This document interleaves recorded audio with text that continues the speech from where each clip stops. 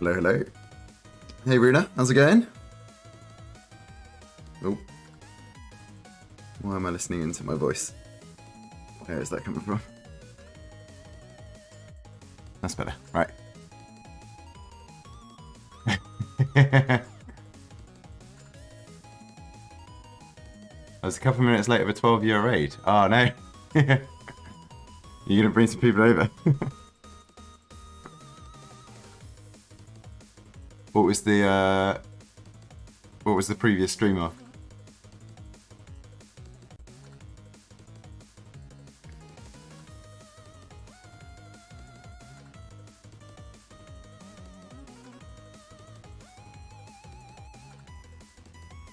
Right.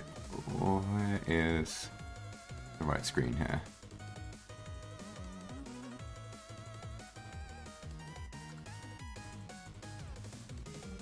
I think it's this one. Oh. No. Let's go back. Oh, it's because it's not got the overlay on. There we go.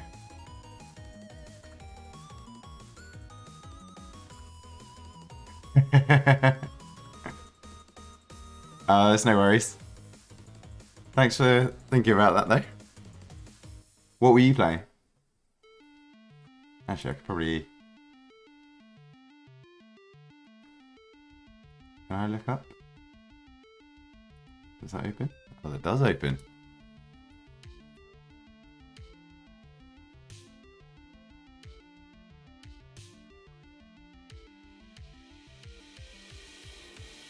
Stream crashed. Oh no. Oh, my screen crashed. No. It seems okay. What were you playing then when you got raided?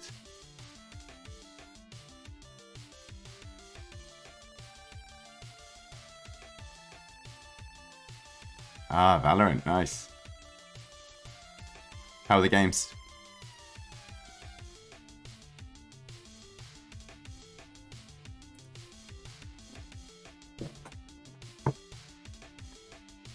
It totally won.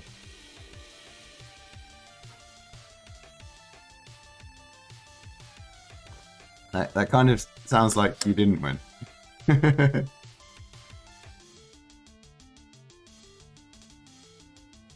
Oh no. Oh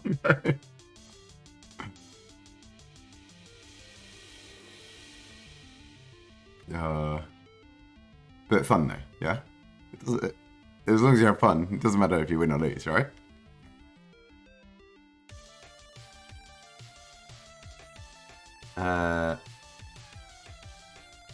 Yeah, nice. Right, I think I just want to look at where it's been a little while since we've gone on to Unity. Let's do that and that. I don't know if we get Mango Man in the chat.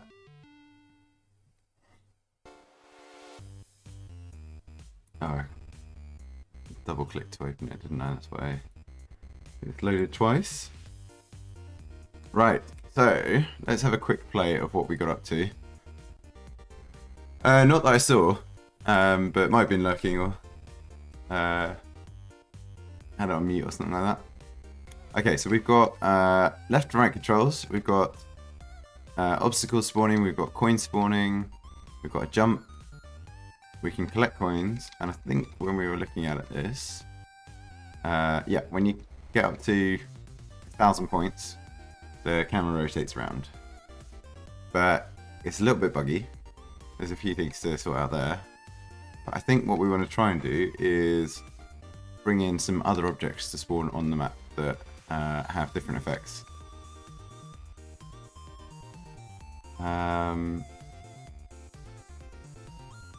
So for the moment, let's go back to our script files. And I can't really remember where any of the variables are, but we'll have a little look around, see what we've got.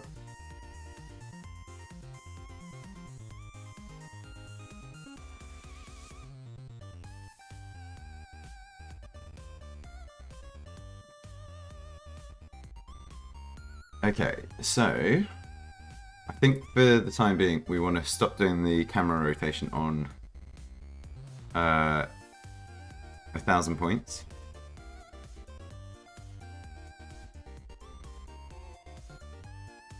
So I think all of this we're just gonna comment out for the moment. And then run that and check that we don't get turned around.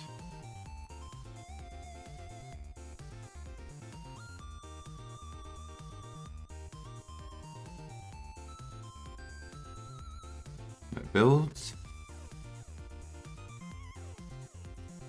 Yeah, let's have the maximize on play effects going.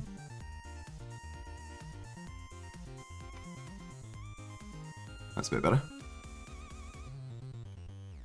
Right, so now I just want to check that the camera doesn't rotate when we get up to 1,000 points.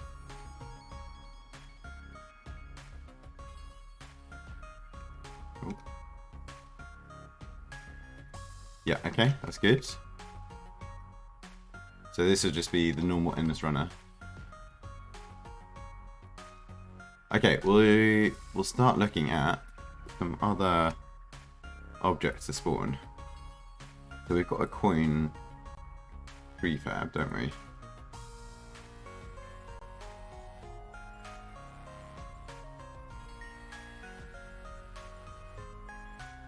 Let's do...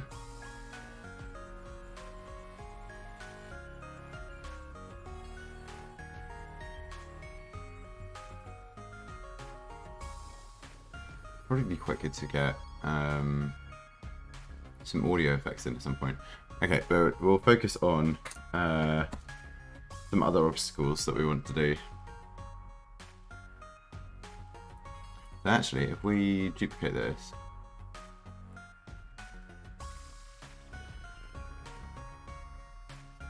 and we call this, we want a tool obstacle as well. And what we're going to do with the tool obstacle, let's pop it in for the moment, is we're going to scale it up to a factor of 2 on the Y, and we're going to shift up to position 1. So this should be too big to jump over. So really on our ground tile, what we want to do is spawn in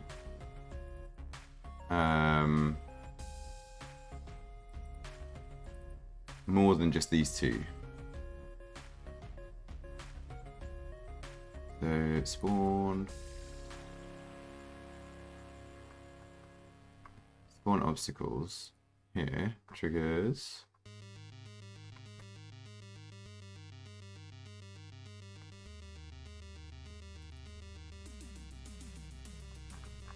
Where do we set the obstacle prefab? Here. So if we put in another one here as tool obstacle prefab,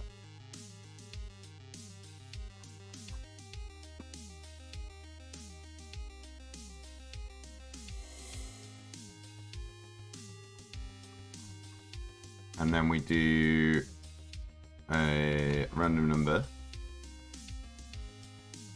No, not in coins, in here. Actually, we can just reassign the random number, right? Random dot range 0 to 1. 1 point is that, yeah. And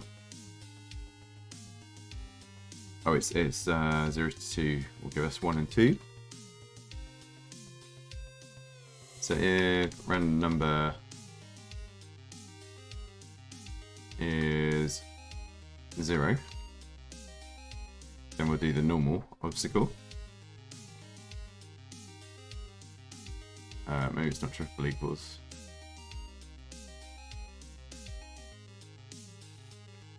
And then else. And we'll do an explicit if it's 1 in this case, because then we can add in other options at a later point. Then we'll do the tool obstacle.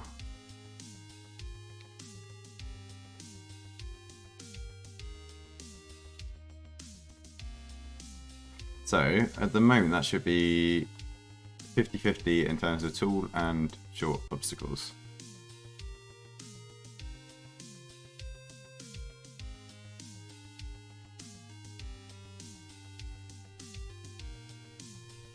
Let's have a little look.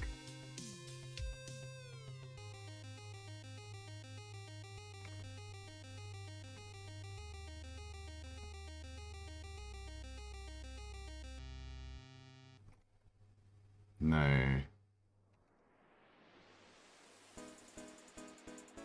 Okay. Actually, let's not do maximize and play. Let's log out the random here. Random number. And see what we're getting.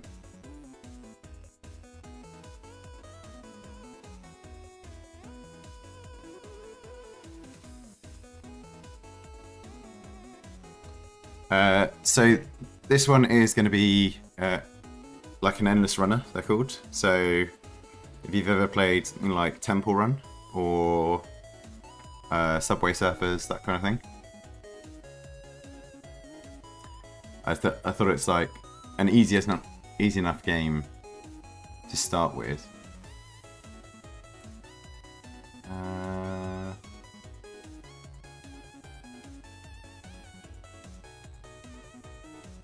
Okay, that's not. We're not seeing any. Where's this log come from? Camera follow. Let's go in here.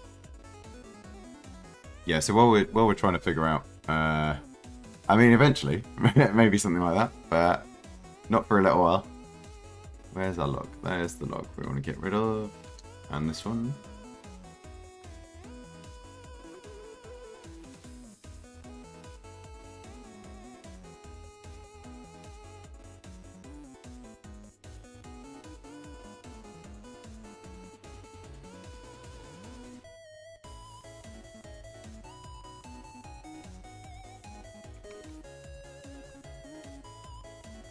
So why is this not being called?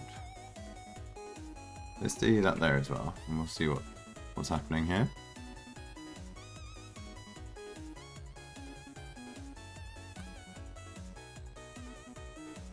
And we'll restart it.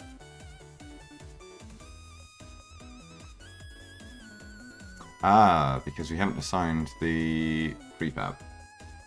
Very good. Right, so that where are we looking? Is it our ground spawner tile? No, it's our ground tile. So we go to this ground tile here. We need to drag this prefab into the slot here. And then run it.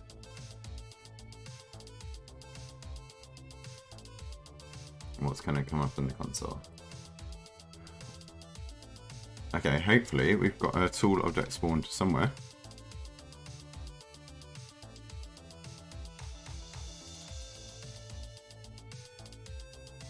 We are getting the occasional one. Why is it not spawning in though?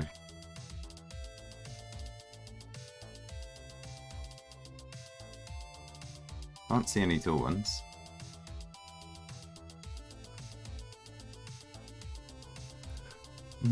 So when it's tool. Right, we don't need this now.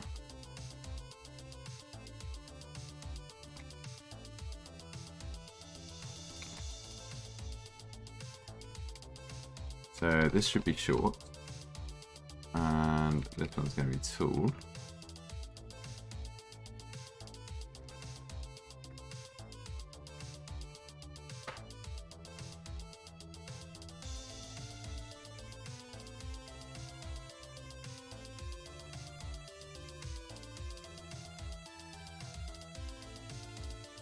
Let's see what we get in the console. Yeah, short. 0. See how it should be tool. I wonder if it's spawning them in the wrong location though. Let's pause this a second. Let's see if we can have a look around in our camera here.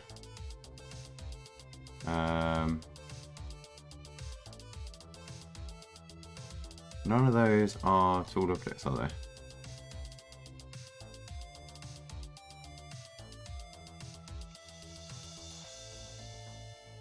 Did we save the asset? No, that's why. Right, okay. We need to stop it. We need to put this as that. We need to change the pattern, which I think is here. There we go.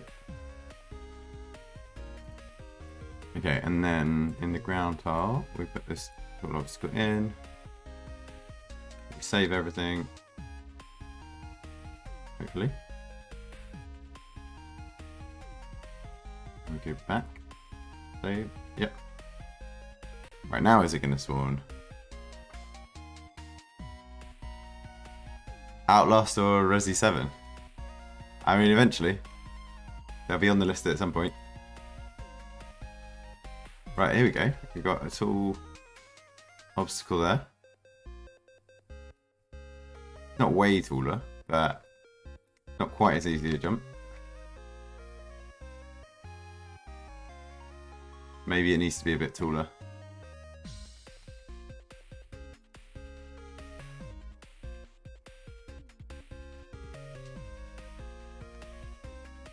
I think for the moment, with in terms of streams, it's going to be Cuphead and Dead by Daylight in terms of the gameplay, and then during like daytime hours, I'm going to be doing a lot more Unity.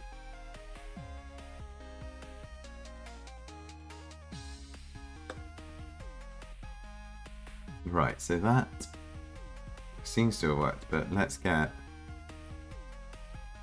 make this object a little bit taller again. We make that 3 tool, move it up to 1.5, and we need to put the tiling up to 3. Now we shouldn't be able to jump over that.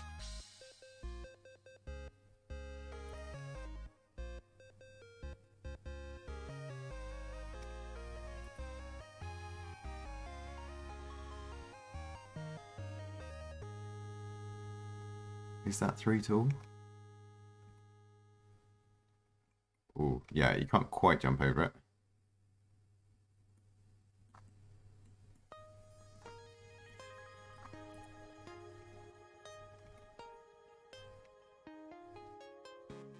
Yeah. You're just going to hit it on the way down.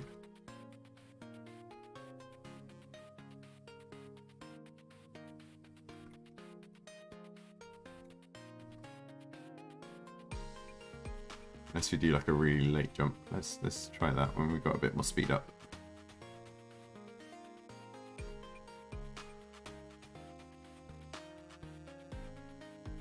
Okay, let's try one of these. Nope. Give one more try.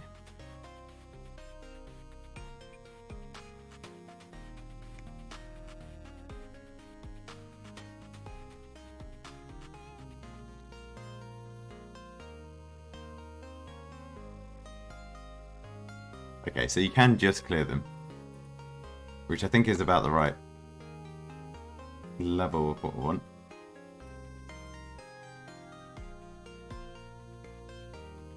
Okay, let's add in something new then.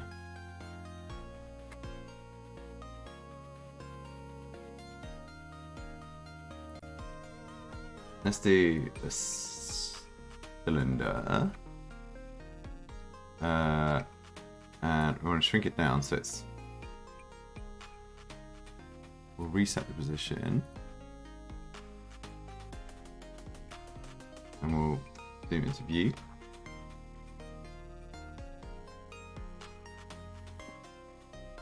And our Y, let's do 0.5. No, it's too big. 0.25. And our X and Z will do 1.5 maybe.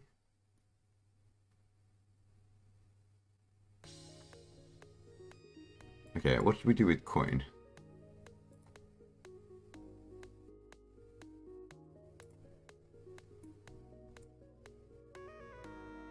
We just did that. Okay.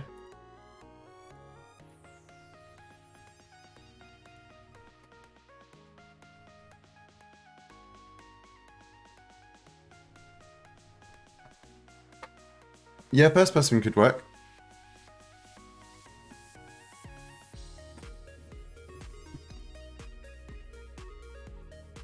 It all depends on what kind of game you want to make. Right, so we can clear that. We'll call this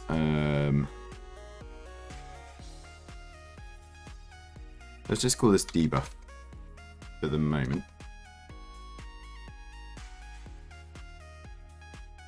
And then where we're spawning in coins,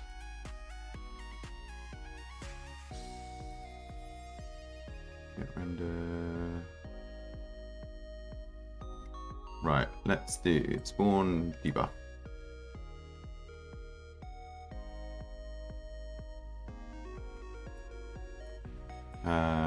We don't want to repeat this.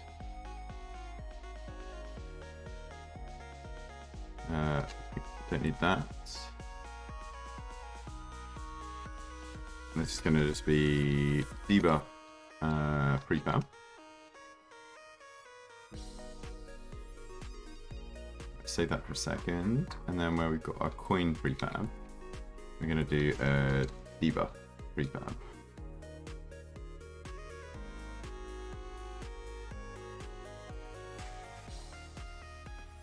And that looks okay. Let's add in this to our workspace. Just not going to complain about it being a weird name. And then in terms of coin here, let's do a new one. So yeah, on our ground tile, we now have this debuff that goes in here. Can we give it a color?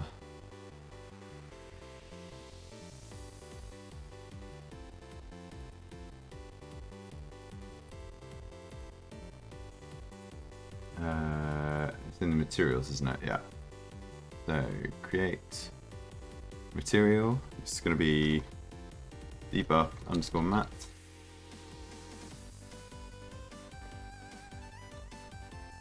And the color,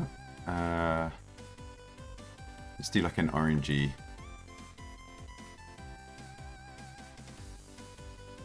And if we bring this in, we can then apply that to the cake. Right, and then get rid of that.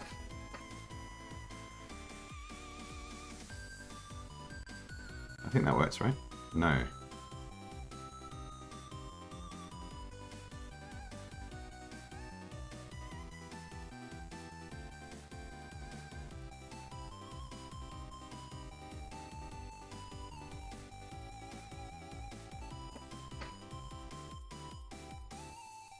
If I delete that and then I bring that in as a new one, that might work.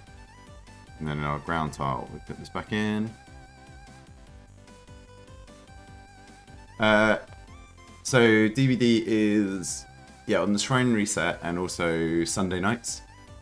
So 8 o'clock on Sunday was the other one, which is, if you're 2 hours ahead, it's 10 p.m. for Finland time. It's 8 p.m. for London time.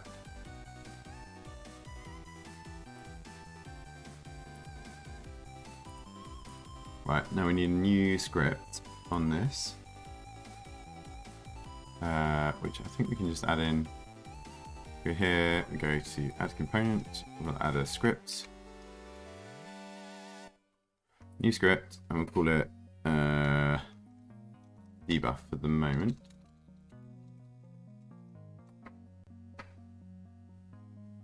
And where is that script? Does it just go in assets? Yeah, it does. Okay, move that into scripts. And we'll open it up. Okay, now we want this to be almost the same as coin.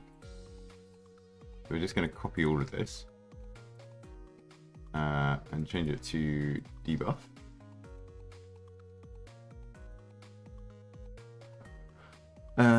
Okay, so on trigger enter, we destroy the object.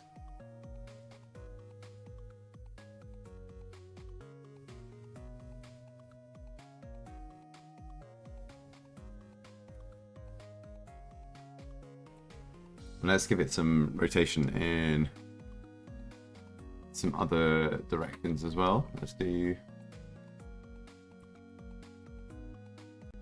turn speed rather than turn speed. Oh yeah, we can do turn speed over 5. Let's do that. So we're going to add more scores to the player.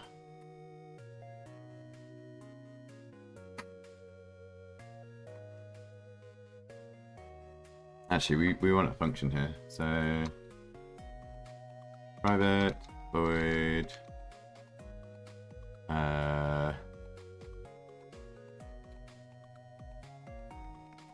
let's just call this effect.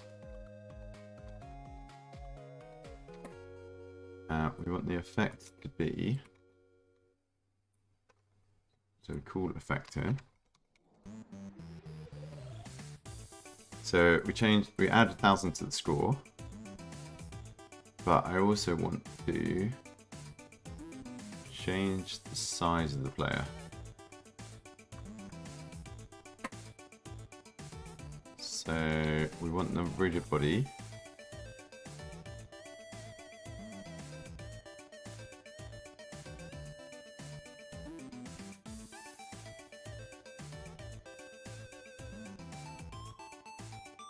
and then we want player rigid body dot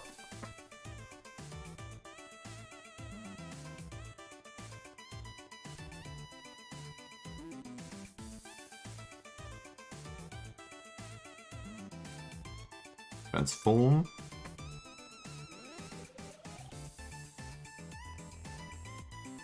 dot z plus equals 1, maybe. No, Z doesn't exist on transform.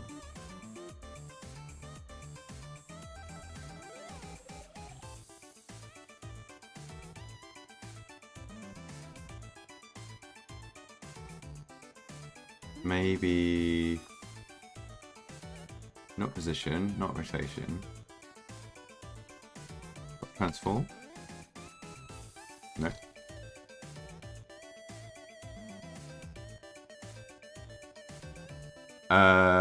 No. I don't think so. I think the outfits and the killer are completely separate purchases in DVD.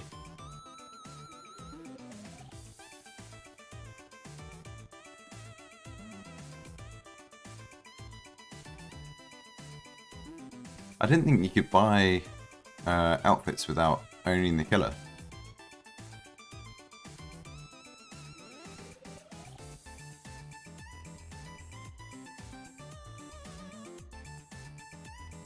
Right, let's pop a window up here as well.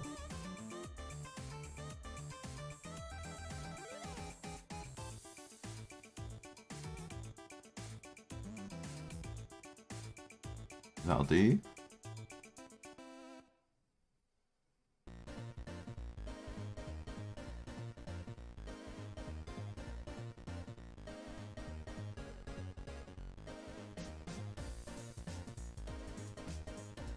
Right, what are we going to search for?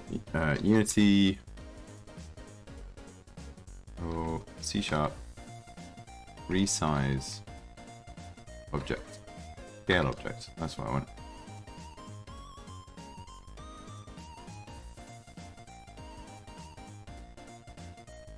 Local scale.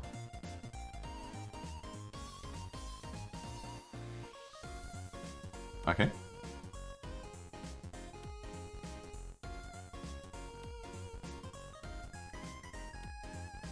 You survived a heart attack because you were fixing a generator and looked away for 1 second.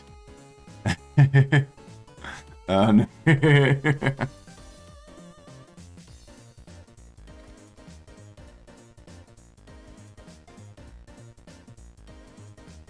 Can I do dot Z?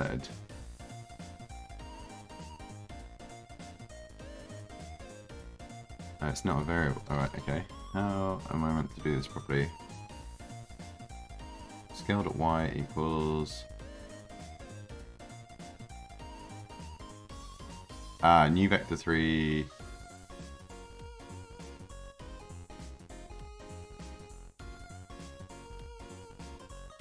Let's try this. Local scale equals new vector 3.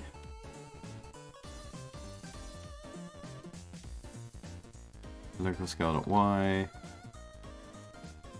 comma 1f.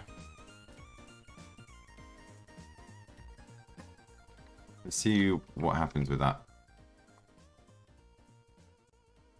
And let's hope that I've hooked things up properly. Right, so we're going to get rid of the debuff there. We're going to zoom out a little bit here. And we're going to run. Let's see. Fingers crossed. Do we have any debuff objects? I can't see any just yet, but they're going to be rarer than the coins.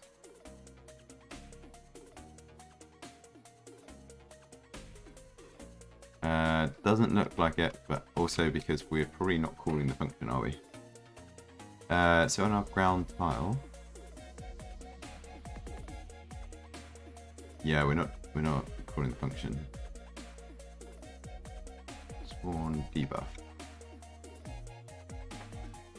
So here, temp dot get component ground tile.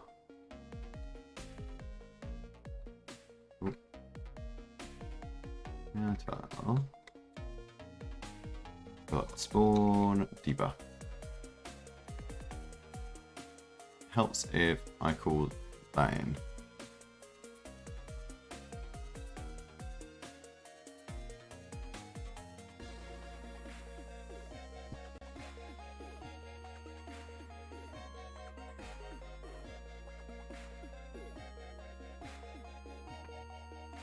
Right, let's see if we get some of the debuff objects now.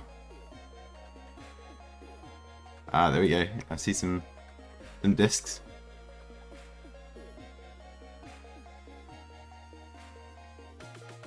Oh, I can't. I've got collision on it. Right. So, if we go back to our prefabs. On our coin, we need that is kinematic, don't we? Oh, we don't even have a rigid body either. Rigid body is kinematic. And do we freeze position? No. Okay, let's see. Hopefully that one will be a bit better.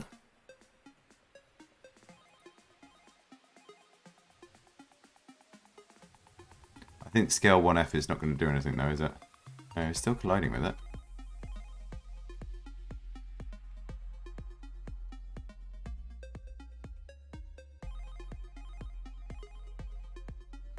Right. Why are we colliding with it? Could be the same as the coin.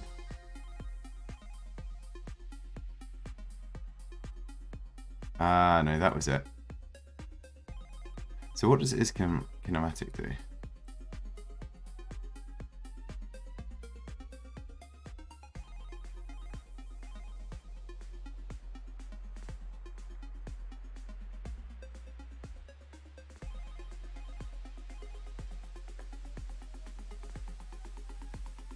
Okay.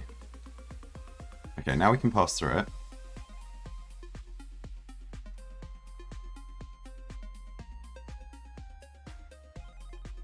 Which is a step better.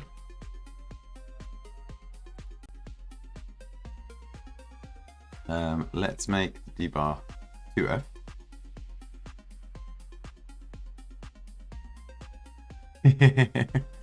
Yeah, unfortunately there's no coders at the moment. But there is the blood point event, so you should be getting more blood points per match anyway.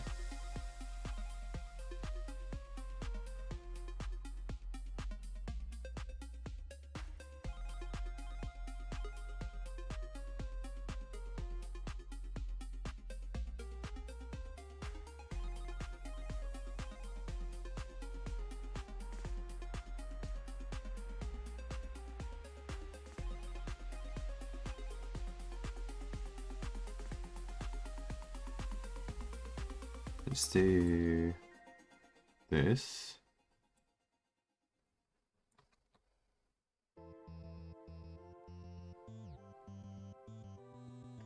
No worries, thanks for the luck. It's fine. Good luck with the games if you're playing them.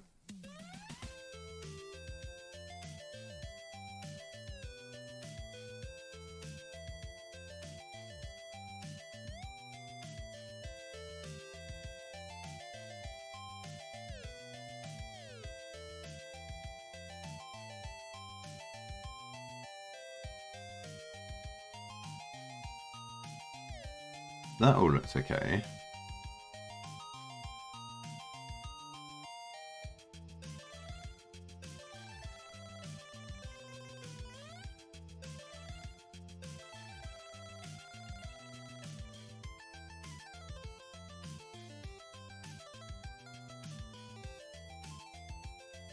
Maybe it's something in this part.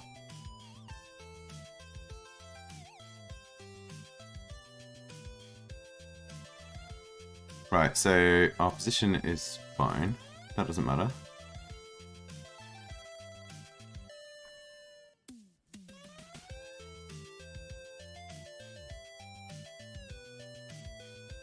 These shadows, capture floater is trigger. That's all fine. Rigid body, mass drag, angular drag, that's all okay. That all looks the same.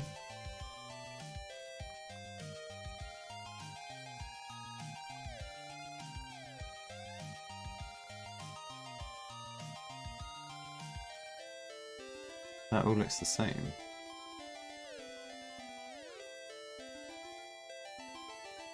Ground spawn is okay. Event system, that's all fine.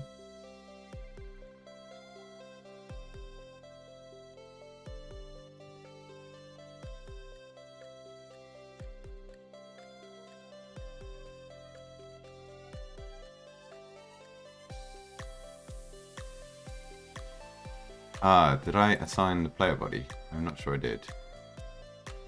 In the debuff script. Where's our script? Oh, we haven't assigned the script, have we? That'll be it. Scripts. Debuff. Can I put it on here? Yep. And then the player body is... Oh, no, I need... Material... No, prefabs. Debuff. Drag the player into... Where's our script? There it is. Oh, we can't do it.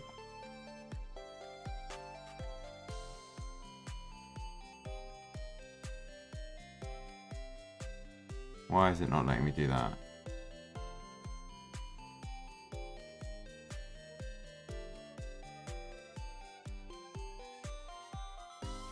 Assets, scene.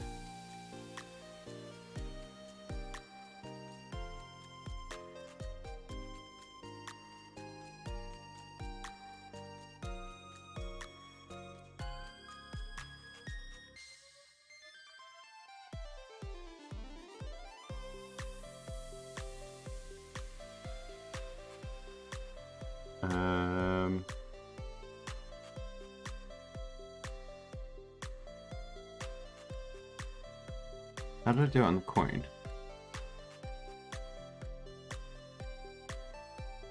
Oh, the coin doesn't have the player.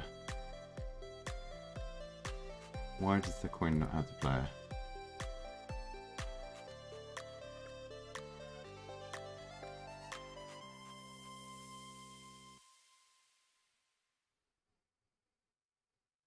Ah, because it doesn't need it.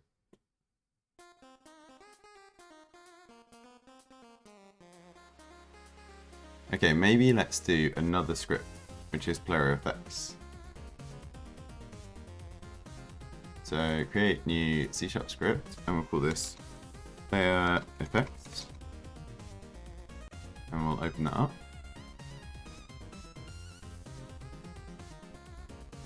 And we don't need those. On our debuff, we're going to have our transform here.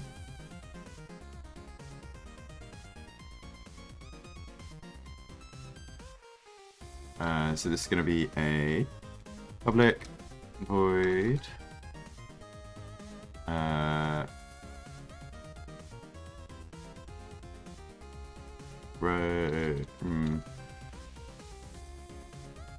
scale player.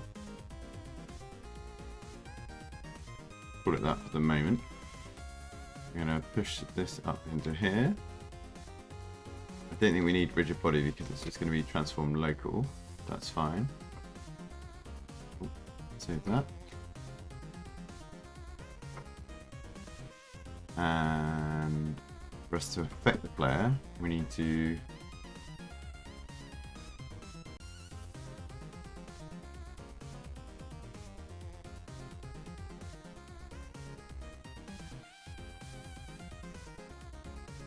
rigid body. Well, let's put this side by side. That will make it a bit easier.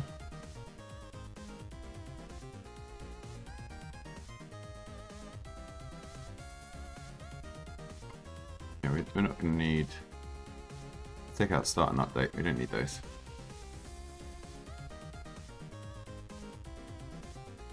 We might need an awake though.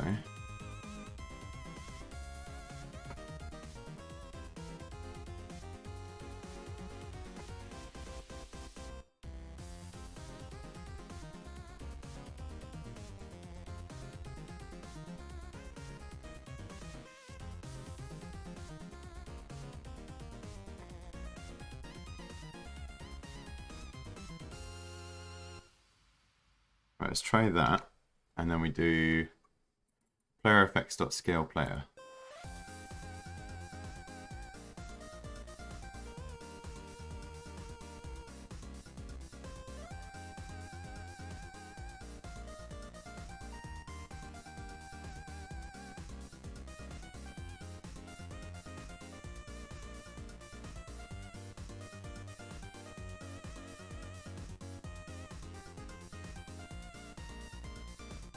How are we doing our restart?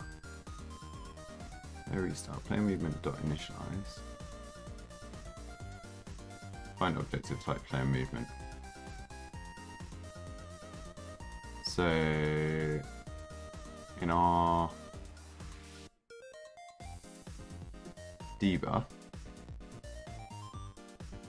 we want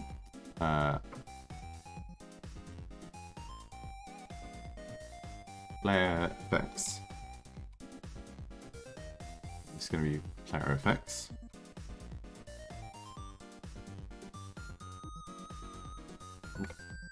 Nope.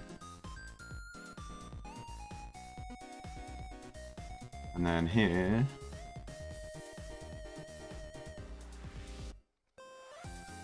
player effects dot, what do we call it? Scale player.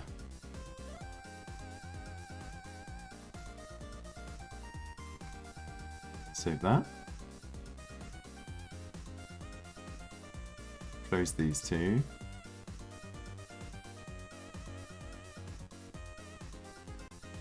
And then make sure things are all tied up properly.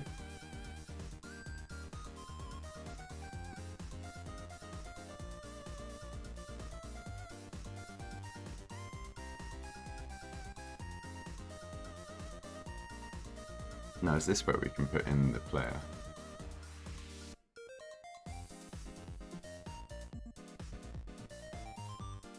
Oh, we need to start by assigning the script to the player. The player effects goes onto here. Player movement, player input, player effects, that's fine.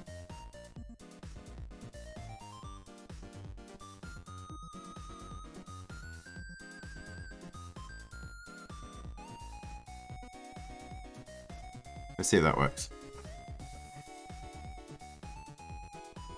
Okay, they're rotating at least now. A positive sign.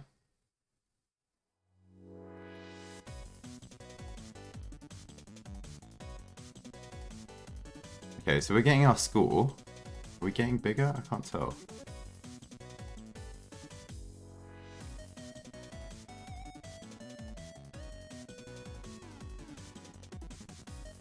I don't think we were. If we select the player,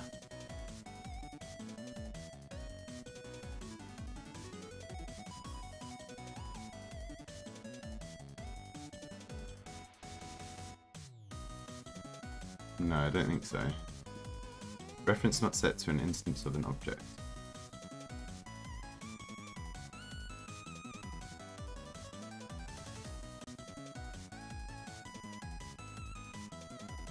Ah, because it doesn't know what player effects is, right?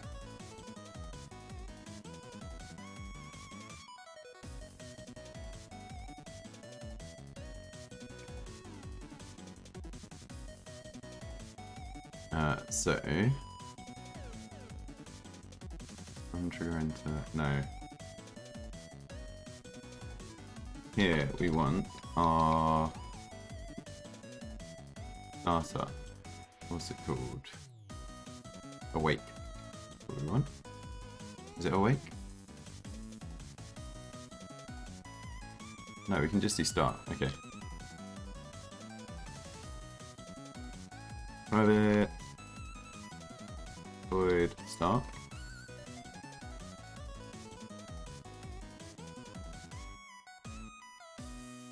And we want player effects to be player effects. Right, let's try that.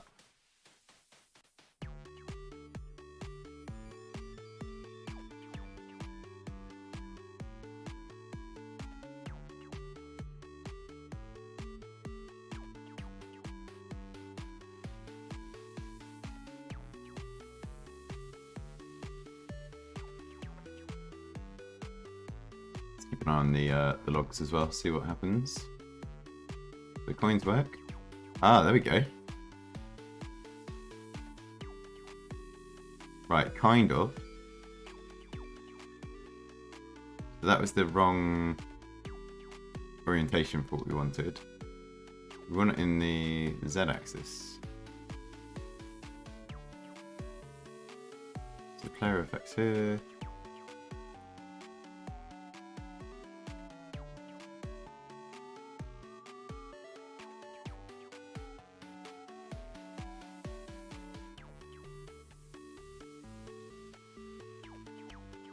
Let's see this times 1.1. Can I do that? I can't do that. 1.1f.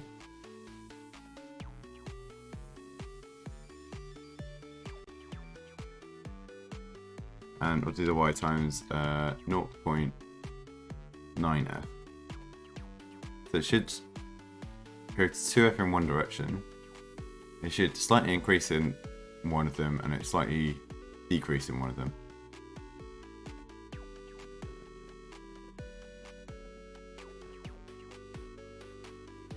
Yeah, X, Y is the local scale. Let's see what happens with that.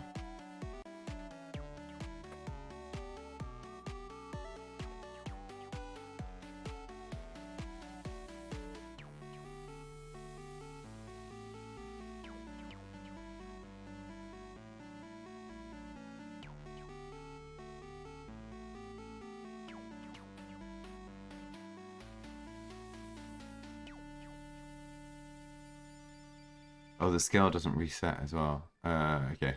So Z's gone to 2, which is correct.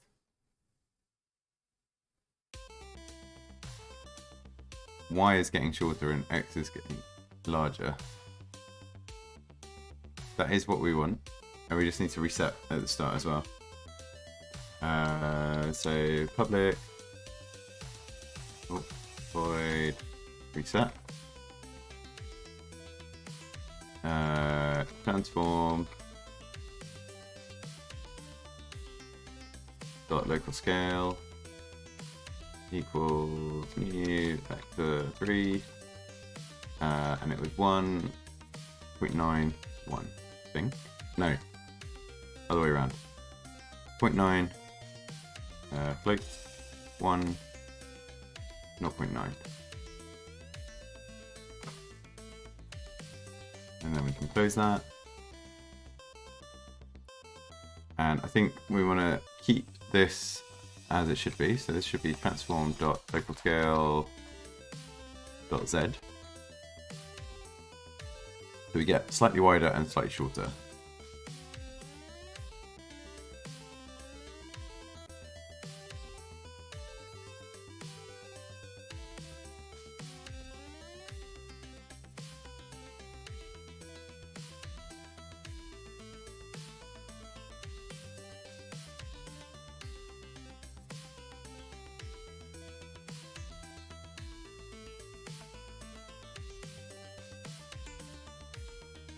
That looked like it worked.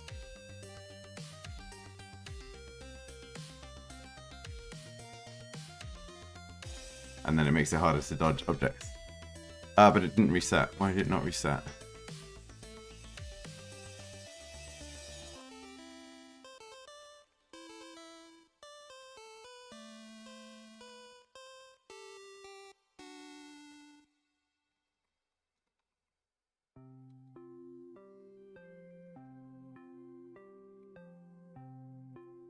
Okay.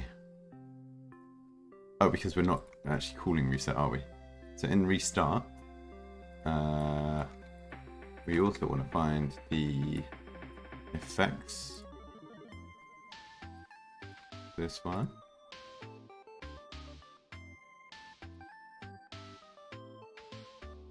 This one.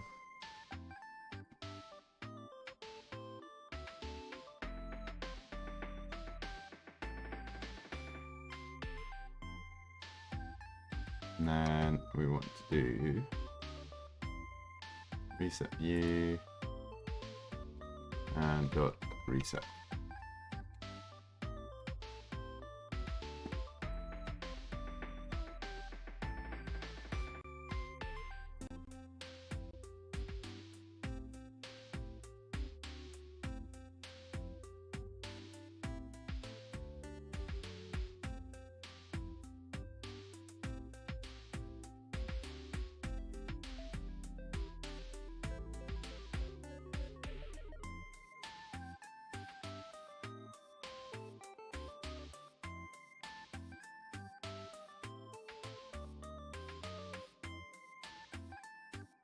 Okay, and then when we restart, yeah, back to normal. Good, okay. That was a lot less painful than I thought it was going to be.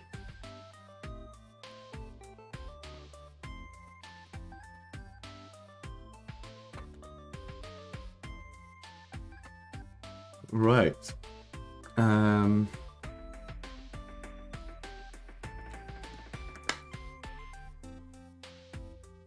Let's add in some more objects then.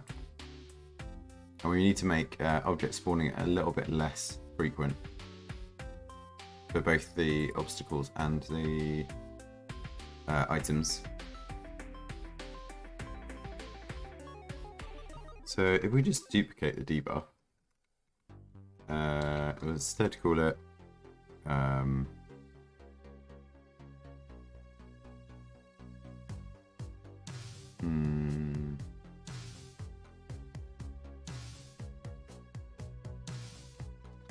let's just call this bottle, this one. Let's bring it in. What we're going to do is what's the closest to a bottle? Probably capsule for the moment.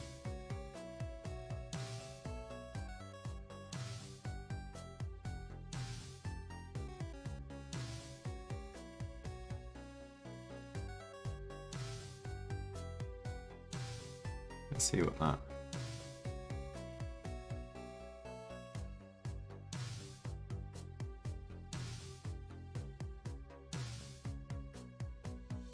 No, let's not do that. Let's just do a new.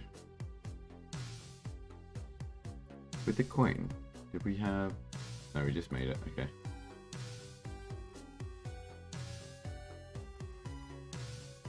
I think what I want to do is I want to create an empty. We're going to call this bottle. And then inside this, we want to do a 2 cylinders, let's say. So this is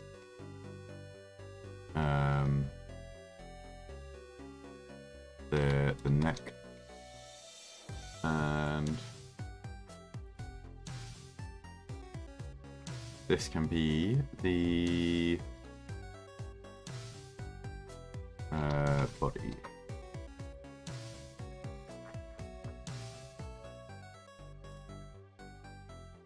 Right, if we just do this at the moment, we're going to delete this one. Yeah, delete that. We're going to call this normal bottle.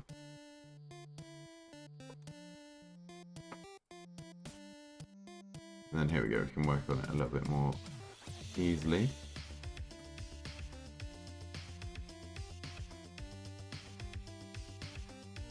we just want a general bottle shape. So I think if this one, we shrink it way down and way down.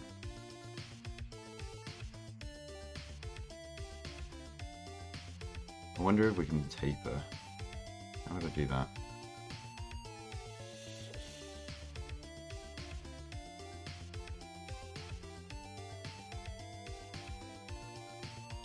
Let's reset this one to 0. Height's going to be 0.5 by 0.75 by 0.5. And then the neck, let's reset to start with. 0.25, 0.25, 0.25. And then we'll bring this up. 0.75? No, a bit higher than that. 1.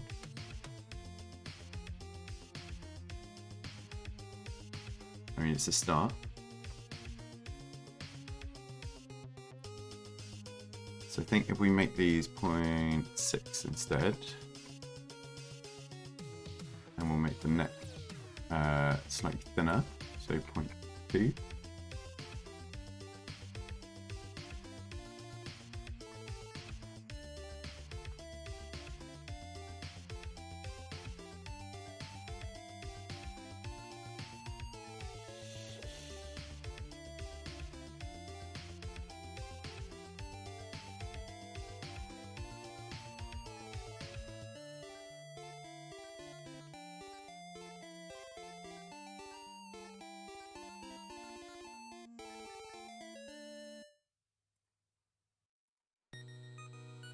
Do those.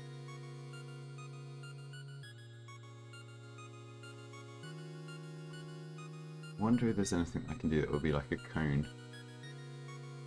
Cone, cylinder, capsule, sphere.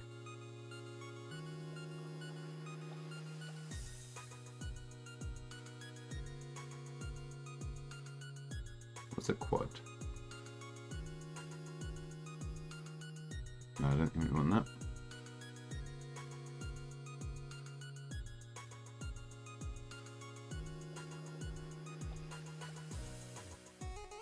I think if we add in capsule, we just shrink this down to 0.25, 0.25.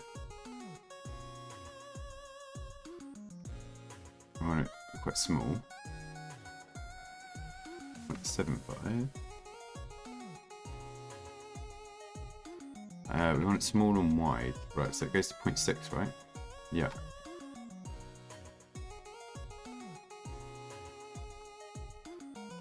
That's a little bit better.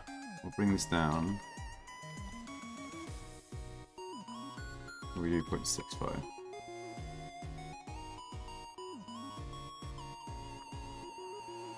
That could kind of be a bottle. I think if we made it a bit taller.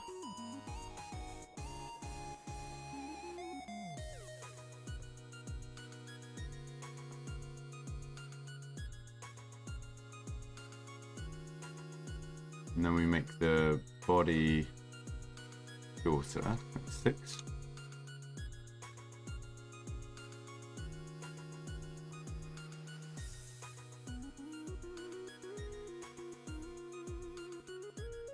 That's at 0.2.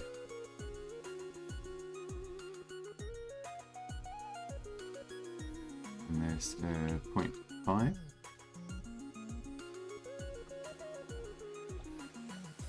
That kind of looks like a bottle to me. 2.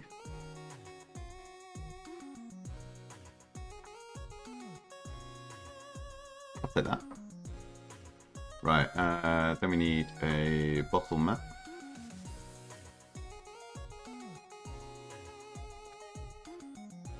And we're going to make this some kind of green.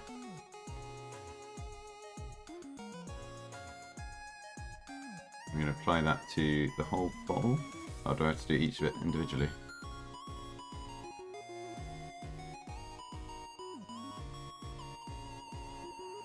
Not sure I like that green. Let's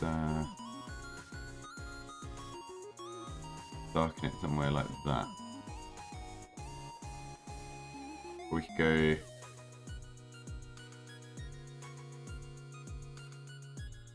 Let's go red over here.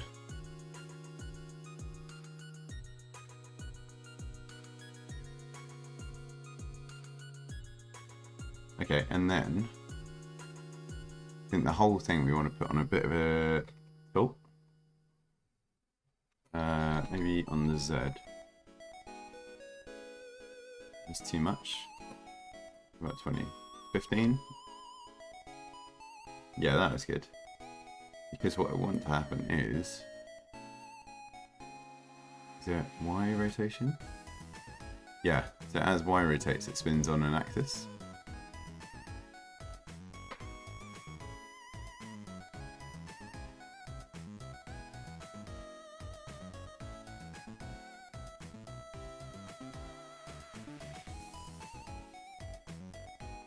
Okay then, back in our prefab,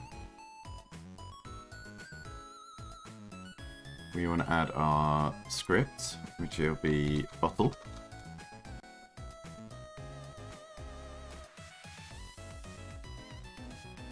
And this is going to copy, I bet it's gone in the main folder. Yeah, let's put that into scripts first. Let it load.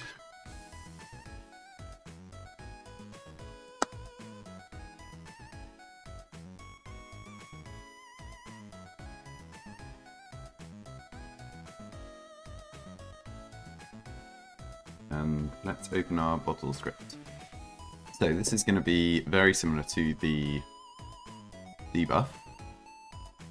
Let's just copy all of this. But call it bottle instead.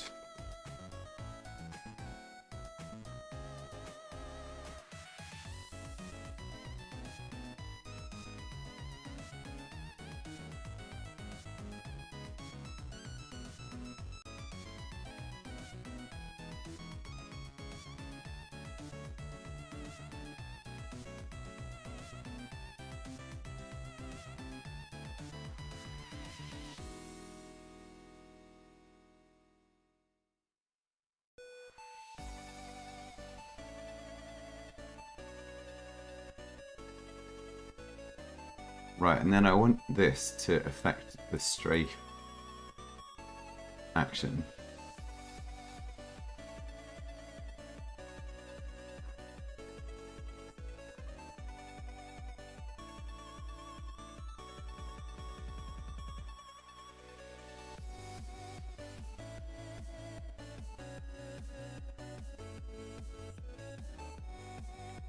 So I can see how you can get spaghetti code pretty quickly in this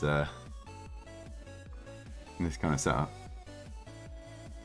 We don't need the tutorial window on it anymore for the moment. Let's fade that out. Oh yeah, I was going to zoom in a little bit on this as well, because I think it's quite difficult to read on screen.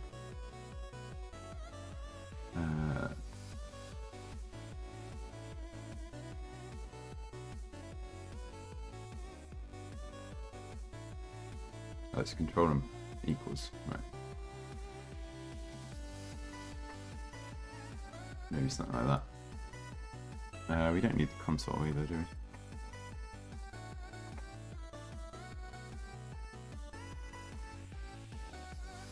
It's a bit too close. This hopefully is readable.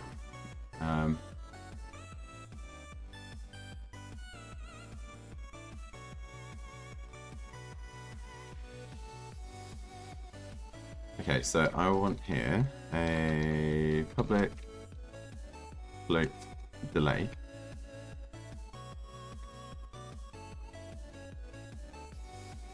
And this is going to start at 0.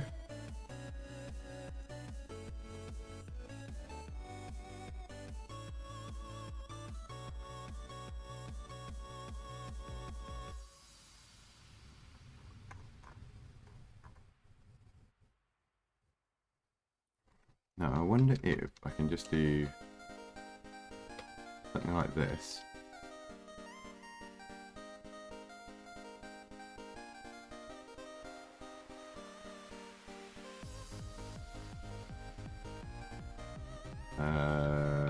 Context.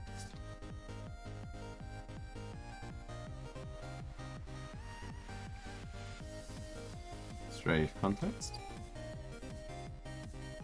Okay, so then can I invoke? Oh, I don't know if we can invoke like that.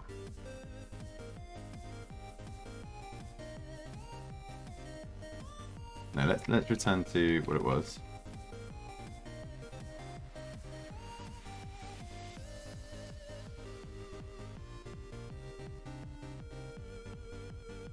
Right, invoke.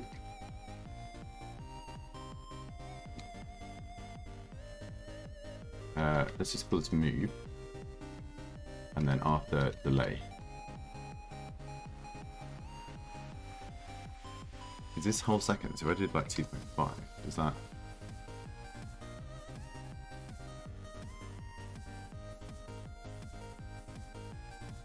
Okay, looks like it doesn't complain if I do that.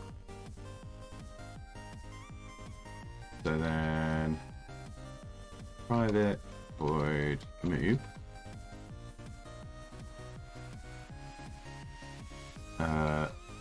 Let's do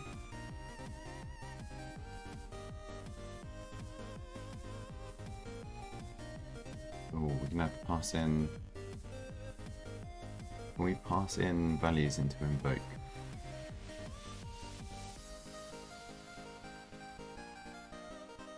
Let's have a look. We'll go back to our tutorial window.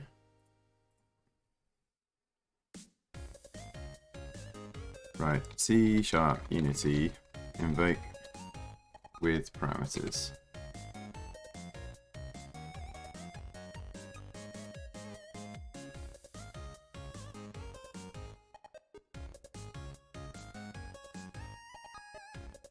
You can use the coroutine.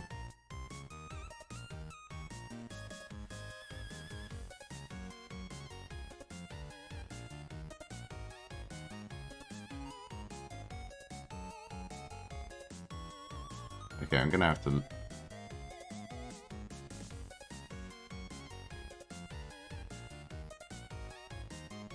I think I'm gonna have to start looking at coroutines properly.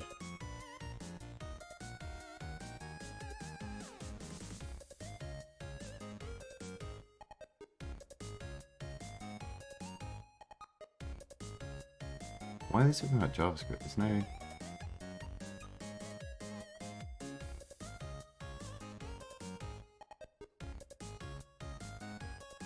Okay, Unity coroutine.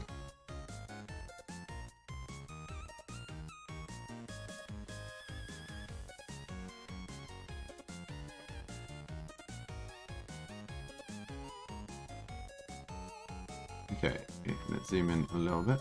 Do I shift that out? No, that doesn't help. Can I hide this? Yeah, there we go. Okay, coroutines allow you to spread tasks across several frames.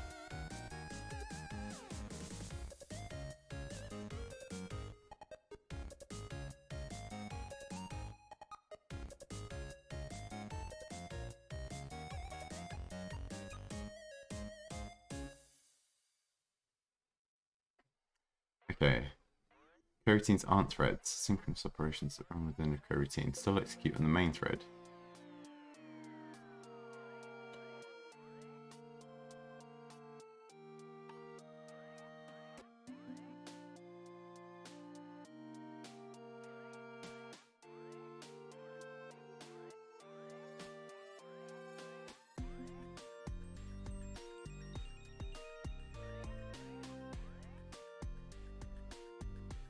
Okay, so normally this kind of thing, when you call it in the C# script, it will execute the full for loop in one frame, because there's nothing telling it to stop on each iteration of the for loop. It's just saying, when we call this fade function, we're going to set a color C, which is equal to this, and then from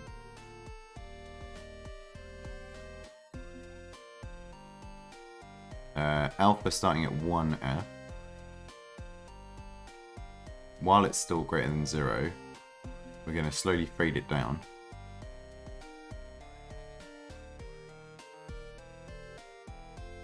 But it will just run through that straight away.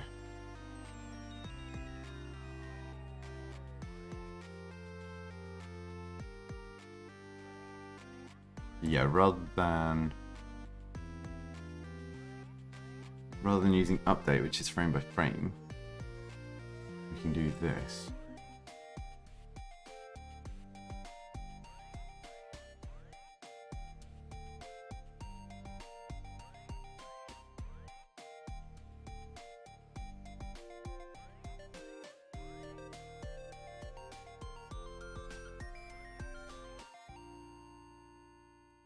Let's just copy this into our coroutine. So we want our strafe to become a coroutine, I think.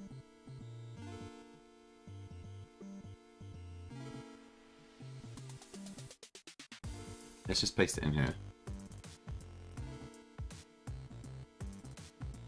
Right, can we just do this? And then here we do start coroutine.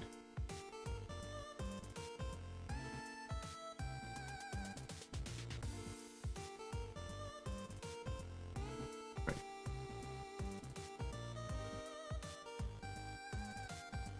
With context.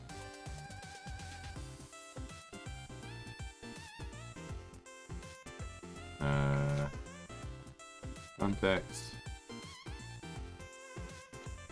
does this.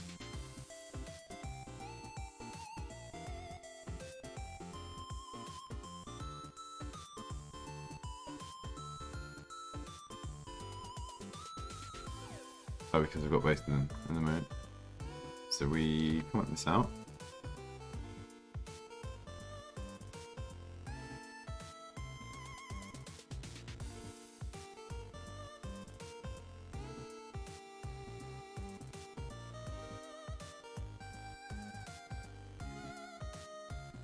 You don't want it in a for loop. You don't want this color.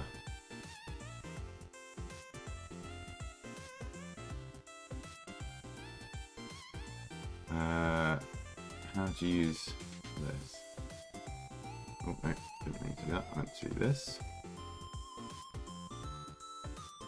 Let's get rid of that for the moment. Right, so I enumerator is from somewhere else. Where is that from? System.collections.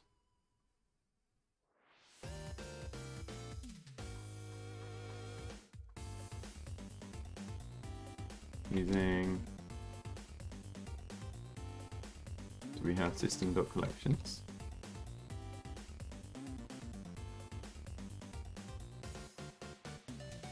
Yep, that looks okay.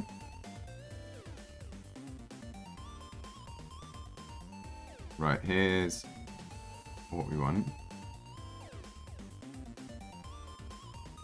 You want to introduce time delay, use wait for seconds.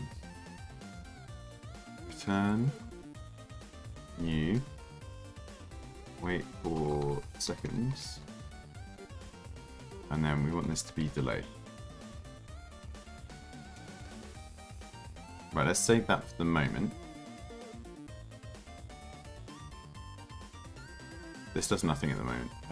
This is still doing the scale player, but we'll just ignore that for now. And it's just going to add value. And we want our rotation to be 0,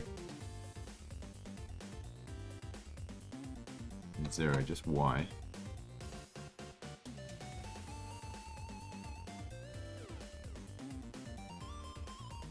Let's just leave turn speed here.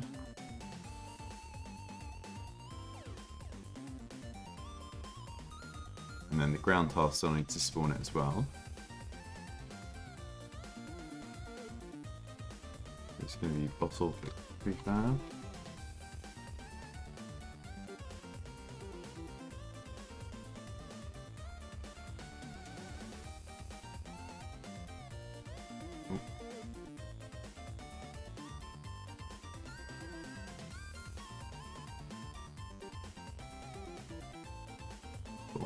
bottle.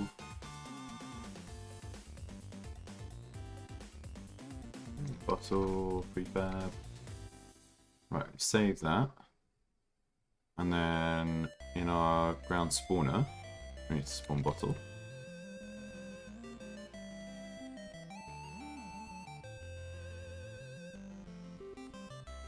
Right, something in here it doesn't like. This, why not?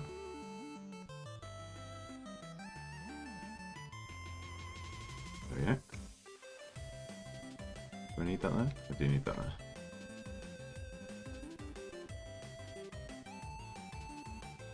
Okay, and then back here.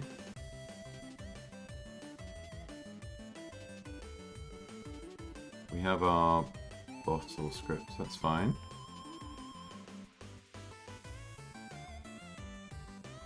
We don't have it here.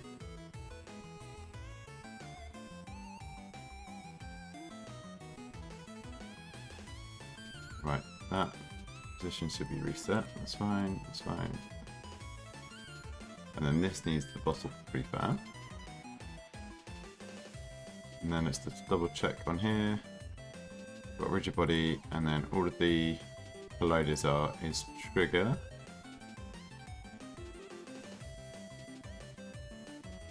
Maybe save it, and let's see.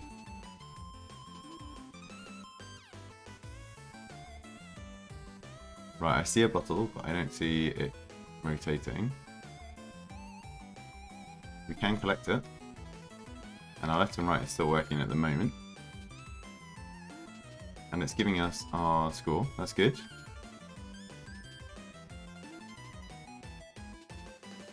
Okay, why is it not spinning? Whose kinematic is that?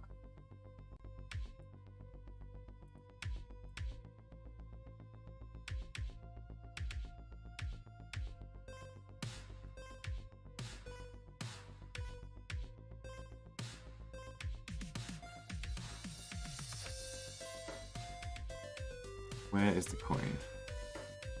Oh, it's the Z axis. Really?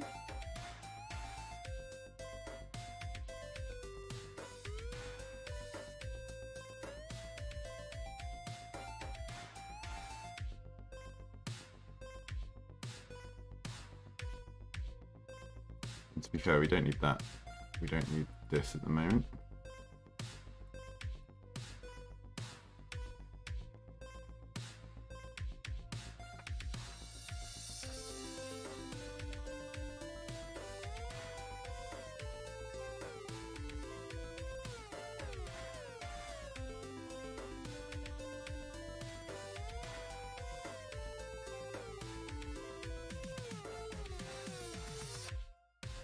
Right, let's get rid of that. And then this delay, which is public, right? Public. So, where are we doing restart? Ah, why have we got 2 lots of this? We don't need 2 lots of that. But it is what we need for our bottle.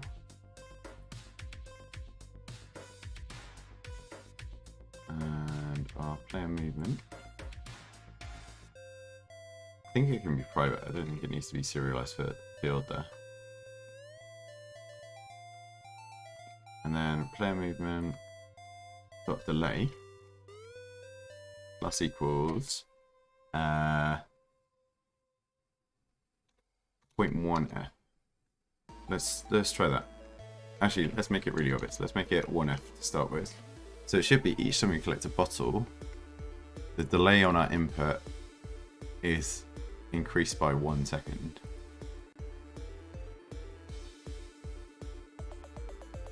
Maybe, we'll see.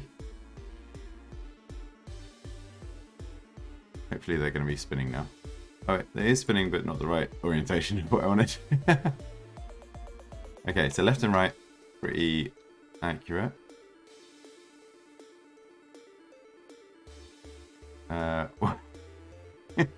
Why did that one not spawn?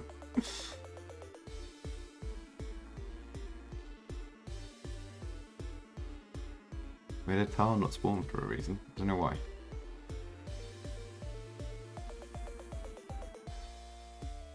we go back to our player.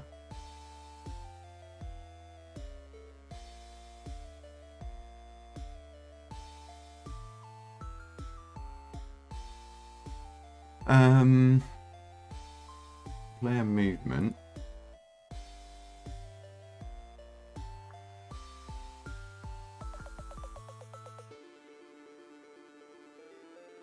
Let's log out our delay.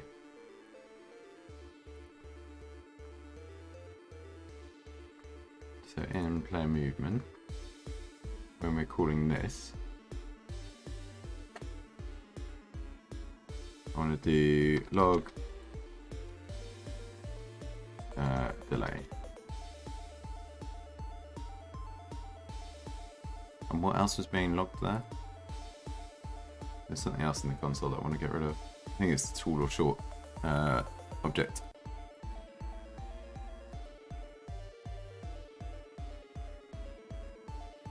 $40 to $60k a match. That's pretty nice.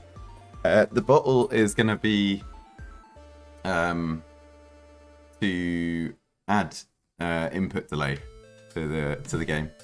So if you run into them, your character then it will take like a half second before, like between you pressing a button and the action of that button. It's what I'm hoping to do.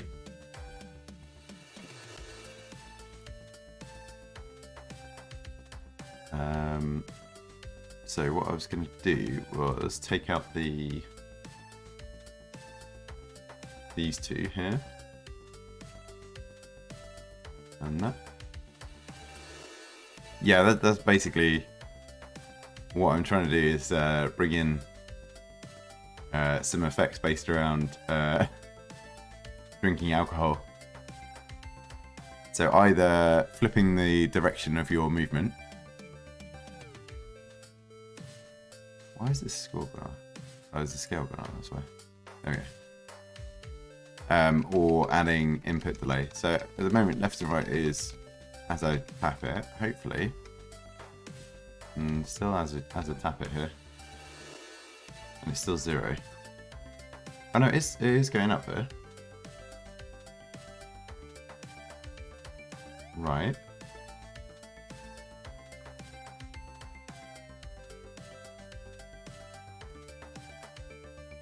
Okay, so how does the co-routing thing work? Let's bring this back on.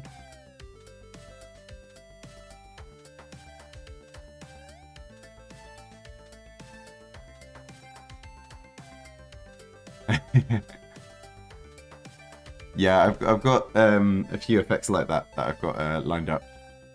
I don't want to put too many effects in, but I think there's a few there that should work.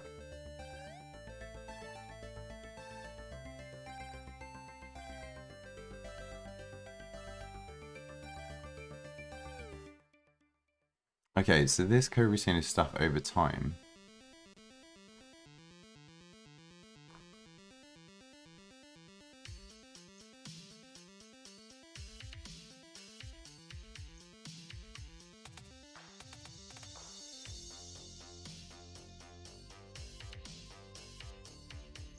CA equals alpha. Seconds 0.1f, and then it goes to the next section of this.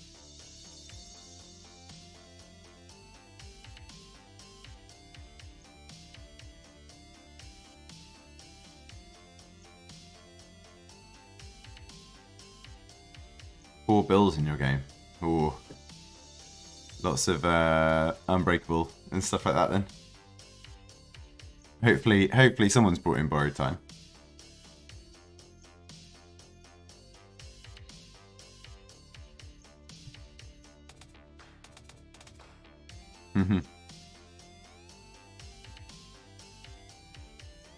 Yeah, I assumed you were one of the survivors, hopefully.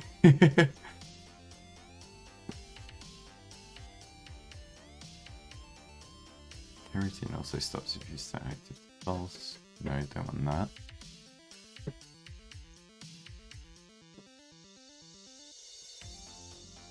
Right, okay. So what I want to do is not this.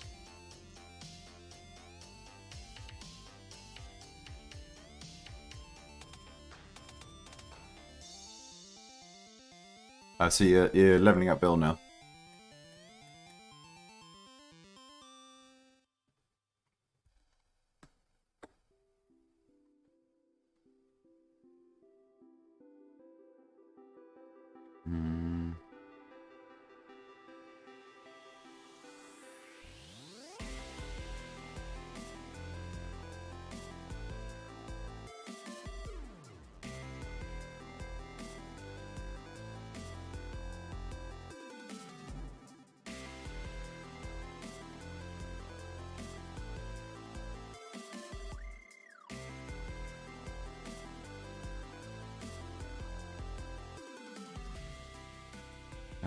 What I want is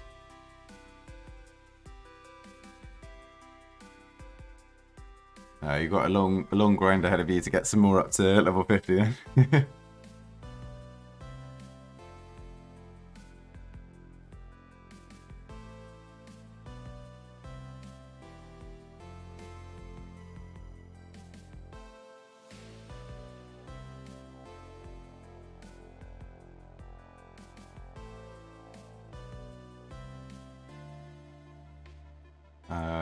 So I want coroutine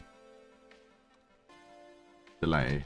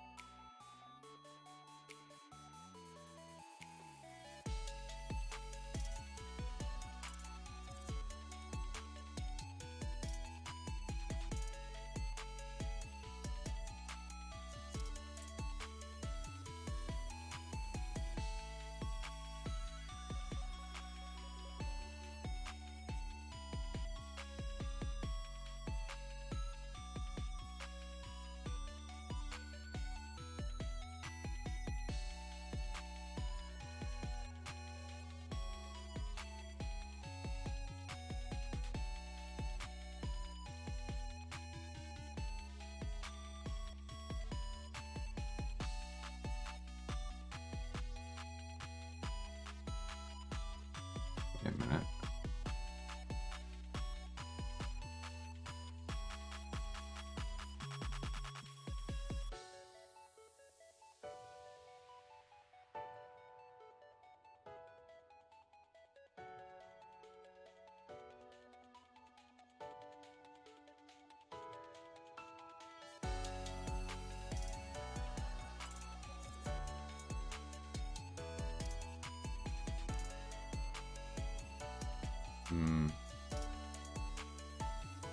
Put that back.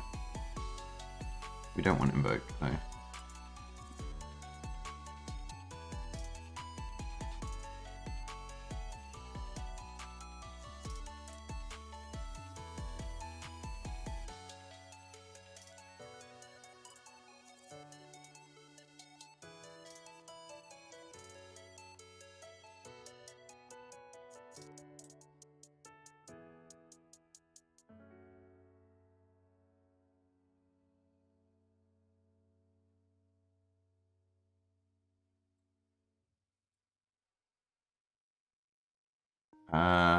Right.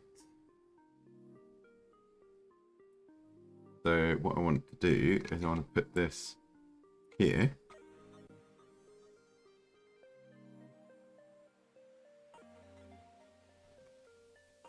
And then that might work. Is that it?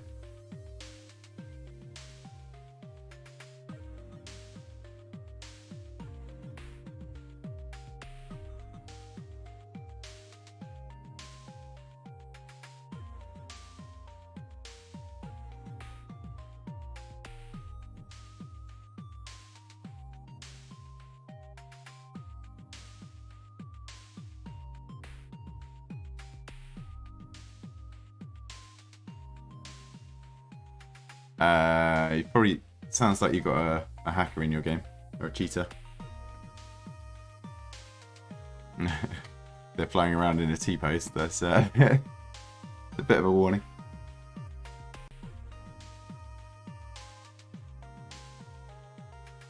Right. Let's see. I'm gonna work now instead. The left right still working.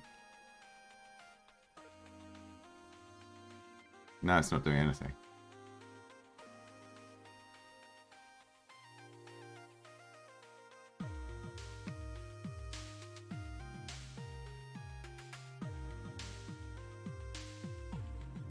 Okay, my left and right isn't doing anything there now.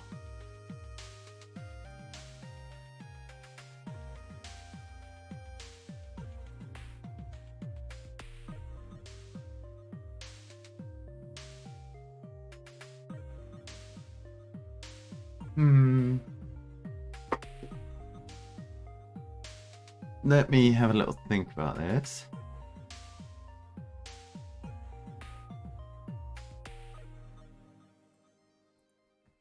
I wonder if someone's probably already done it, actually.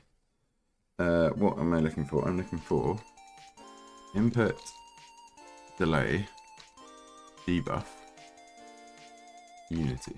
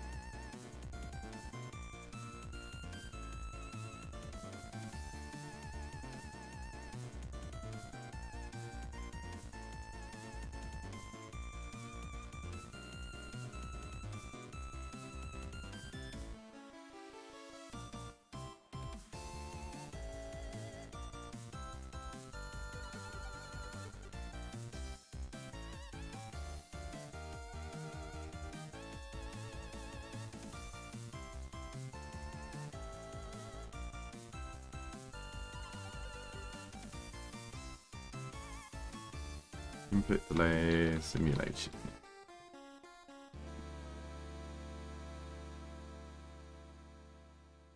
This one, here we go.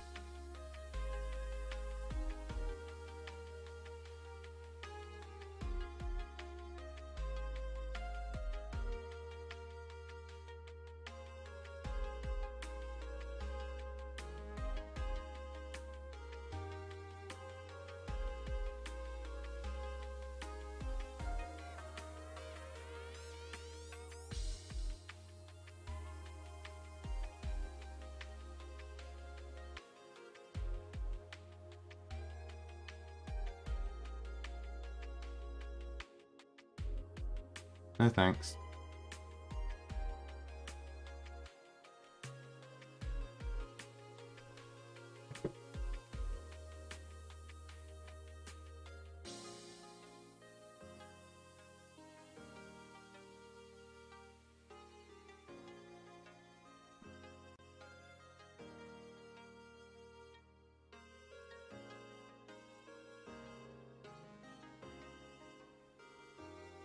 There we go.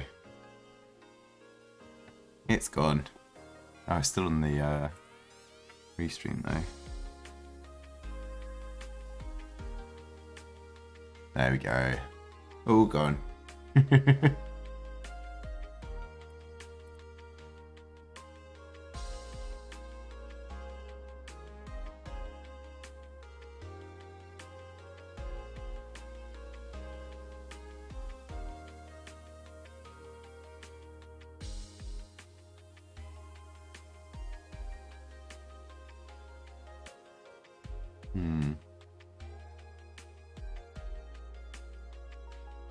Maybe Invoke will be the better option here, actually.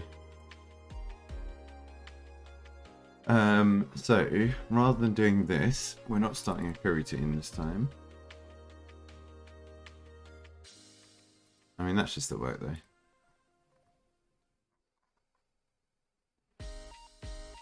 So, we'll call this as a private strafe. We're not going to do this. Void. Let's go back to our private void move.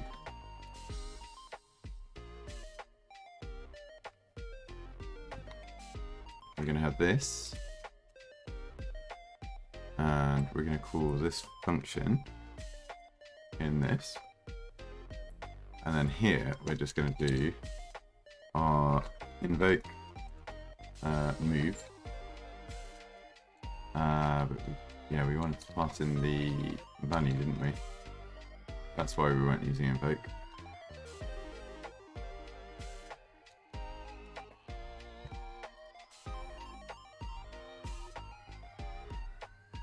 Because we need this context.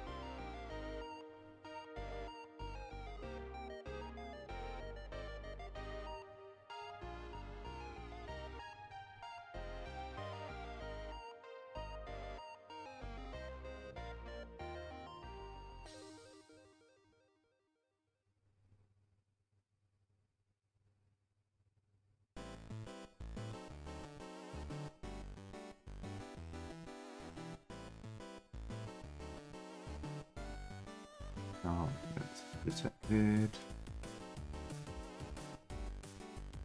Let's have a look what these two are. Is they're still available? No, aren't code.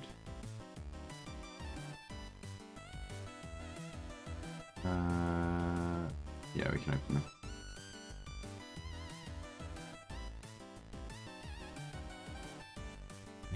He DC'd randomly. Nice. Hopefully you got banned, yeah. I'm not sure I want to read through all of this at the moment. Let's not have that for now.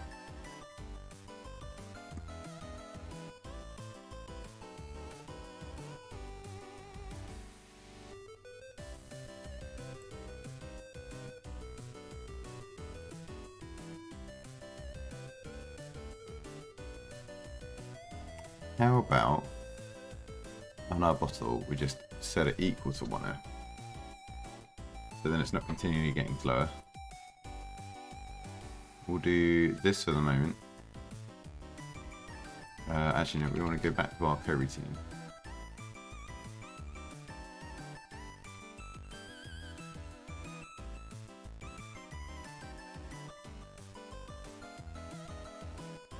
Give this a try. Let's see what happens with that.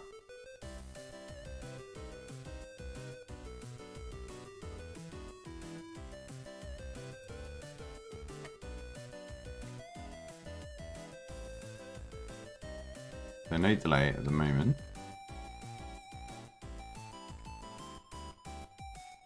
And then when we hit our first bottle here,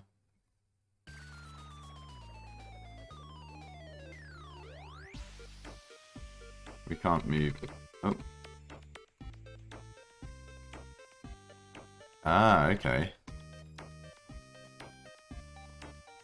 So you have to like hold it down for it to work. I don't know why some tiles aren't spawning.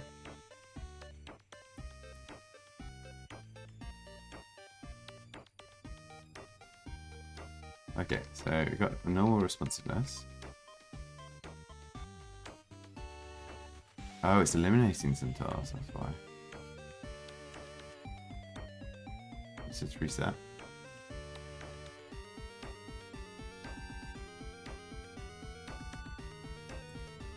Right, there's something wrong with the collision box. That's what's causing it to reset.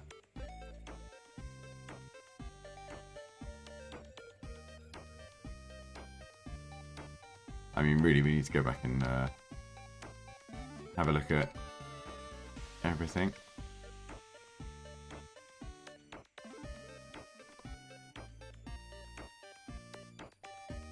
So if you just tap the button now, it does nothing. But if you hold it,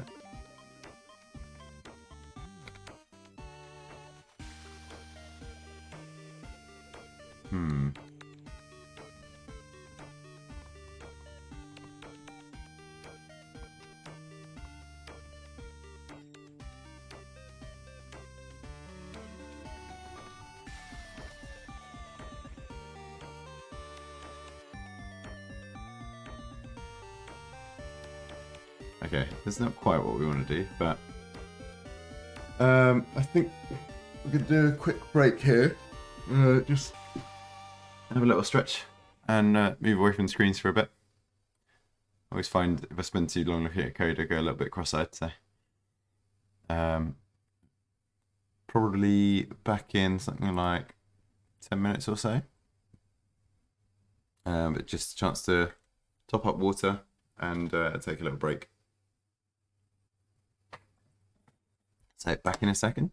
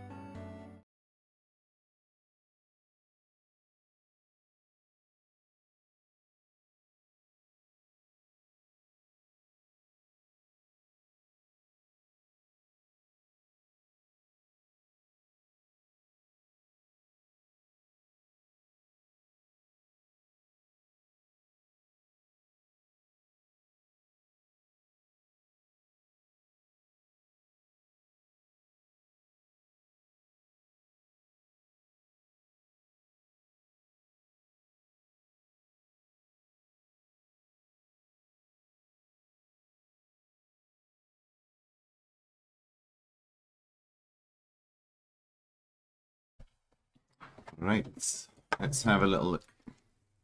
Where do we get up to? Oh wait, let's put back over the audio.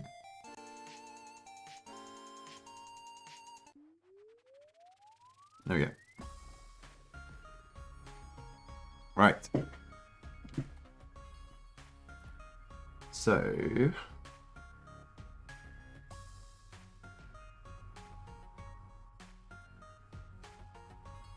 what was happening here was when we were pressing down the button, we had to hold it down for it to go through the shield to get to this point.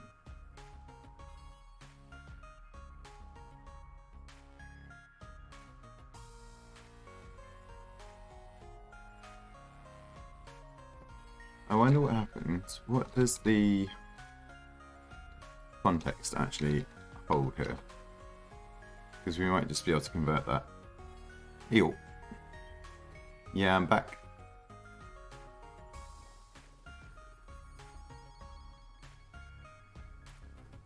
Let's see what that comes out as.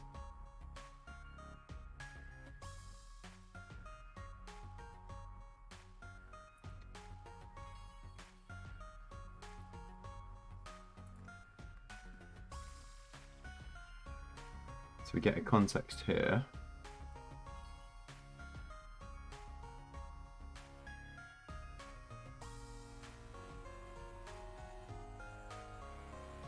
I kind of just want the value out of that.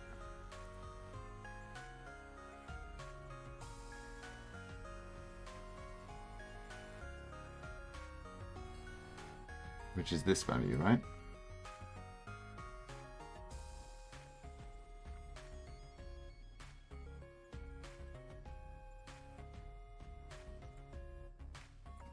So what if I pass that through? And this just is looking for a float, which is our direction.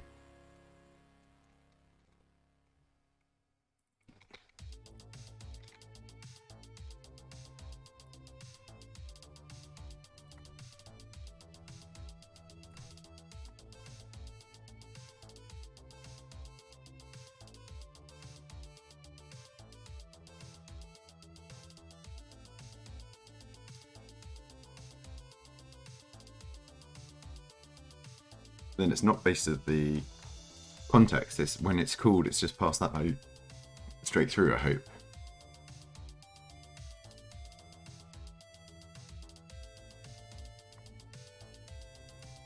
Let's see if this is still the same.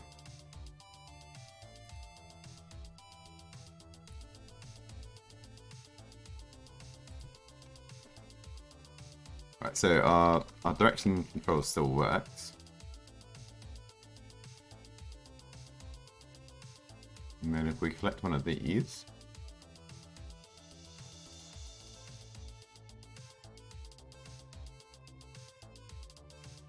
that looks better.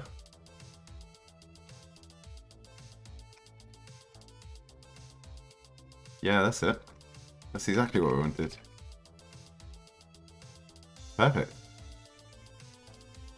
See, sometimes it's just a little step away. And things fall directly in place.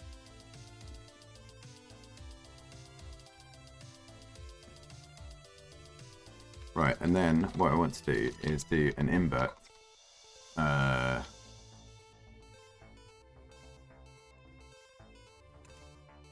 Invert X, let's call this. So we want a bool that's public. So a public bool called invert X, which starts off as false.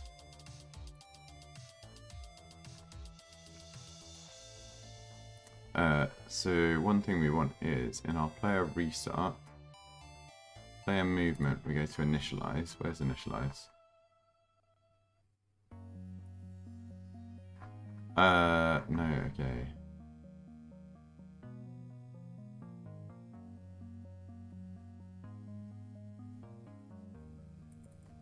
So this can be a float, right? Okay, so invert X has to be a float. And it starts as 0. No. Ooh, starts as 1.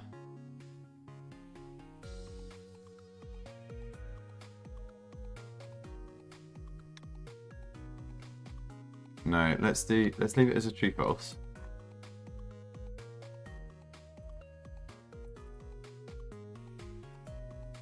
And then here we want if invert x.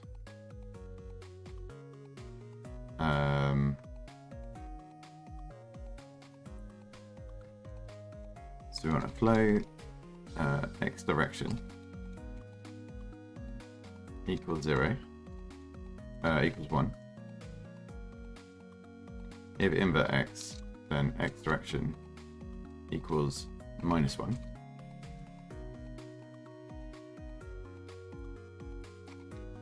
And then we multiply by x direction. Right, and then on our initialize, we need delay to go back to 0 and invert x to go to false. False.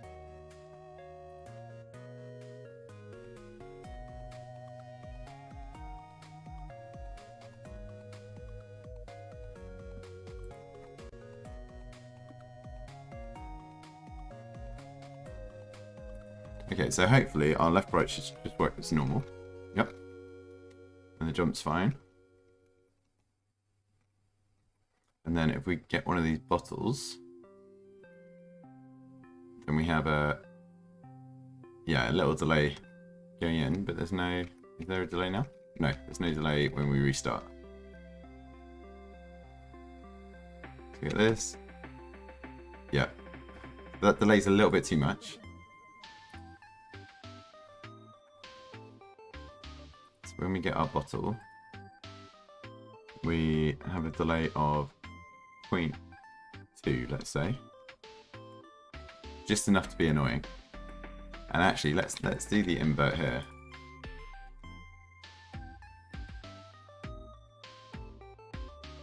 So not only do you get a delayed input, it's also an inverted direction. Let's check if that works.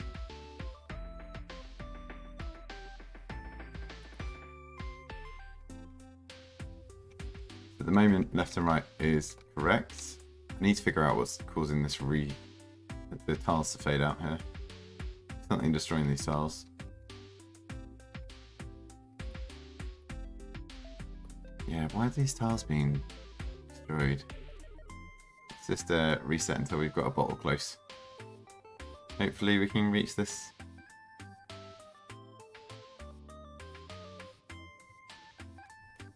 Okay, we'll collect that and reset.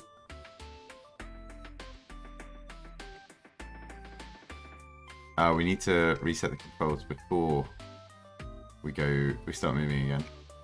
But yeah, that's inverted and slightly delayed controls. That's perfect. Okay. Right, so in our restart script, I'll reset here.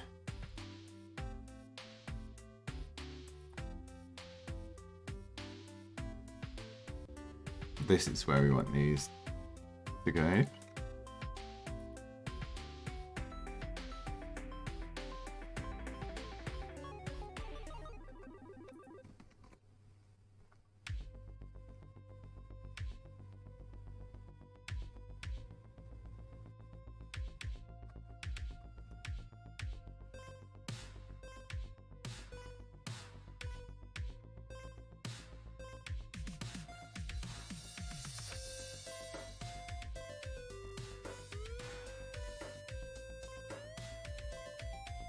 Okay, so why are these tiles being destroyed?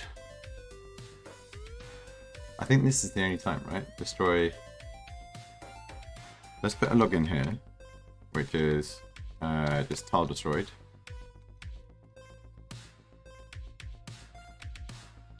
Destroyed. Oh, so I've got that the wrong way around.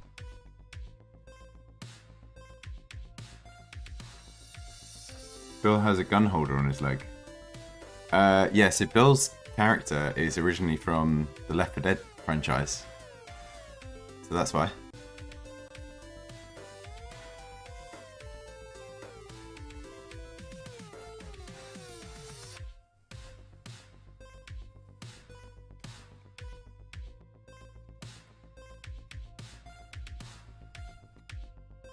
Right, okay, so it's not that destroy that's being called.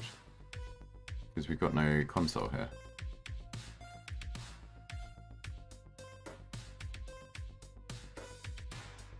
So where else are these being destroyed? It's not here. It's not here. Where is destroy?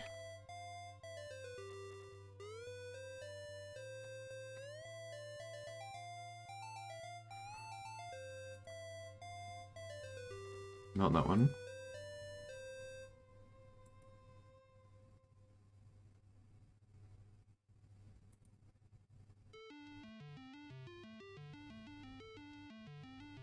I think that would change the way the game works a little bit.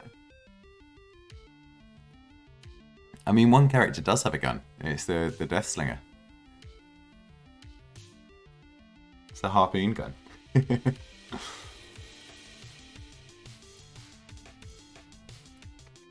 Right, so let's put wherever these are. This is in ground tile.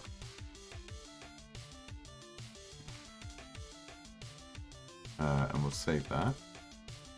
Destroy tiles is here. And then this is restart.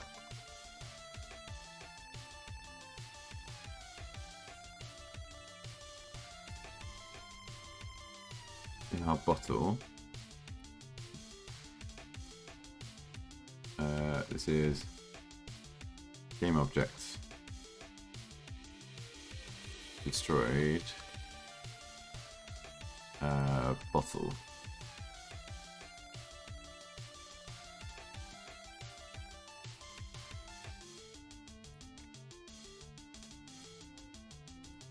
Bottle 2.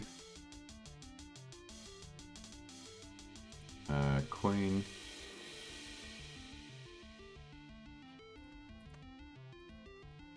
It's going to be coin 2. This is coin 1. And debuff.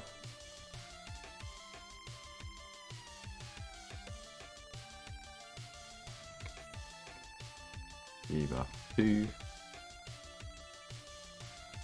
Okay, so everywhere where there's a destroy command has a log, and hopefully save all. We're going to see where that is.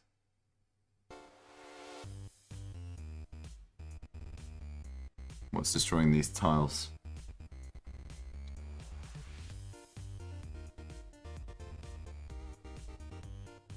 Right, coins and bottles destroyed, that's fine.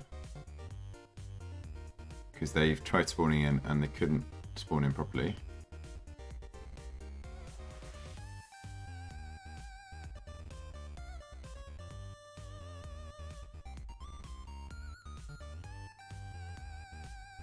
So that one.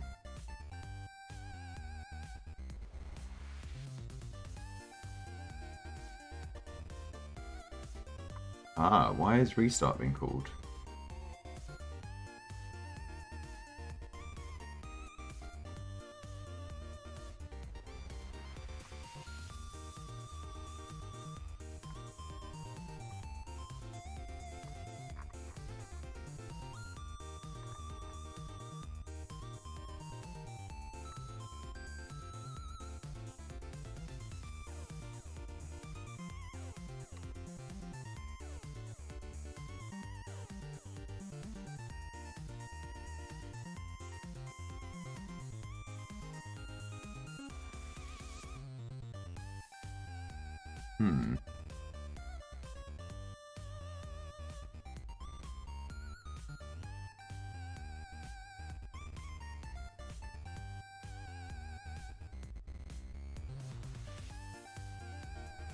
Let's see if reset's being called. Reset, restart.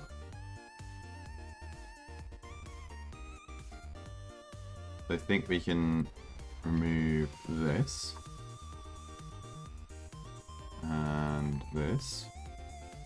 And this. For the moment, let's save all.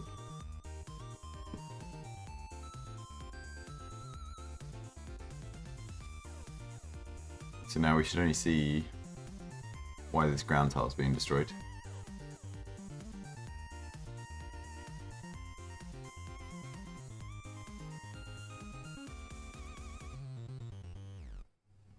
Or whenever we collect an object. But that wasn't it, right? See that when we collect objects, that's fine. See the coin destroyed. See the debuff destroyed.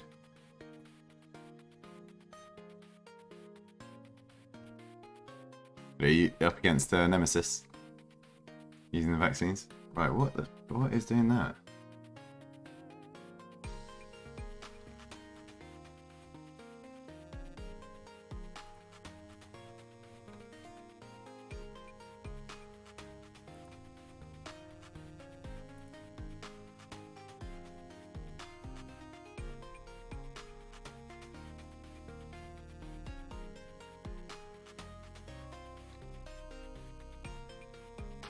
So we get all of them reset, that's fine.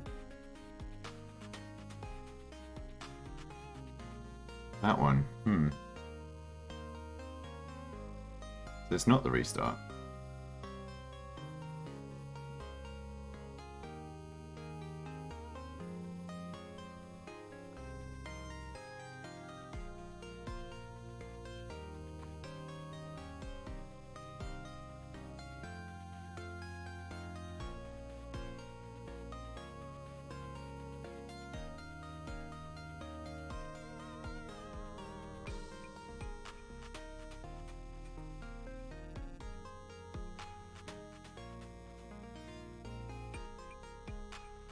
Right, I think this might be a good point to tidy up a load of the code.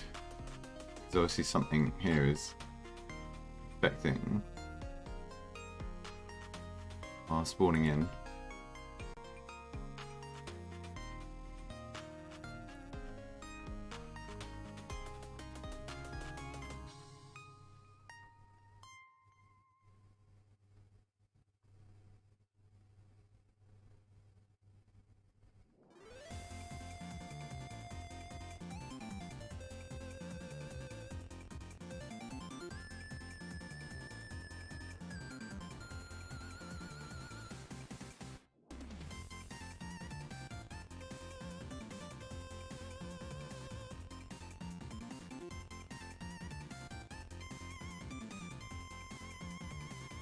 So we're invoking initialize after 2 seconds.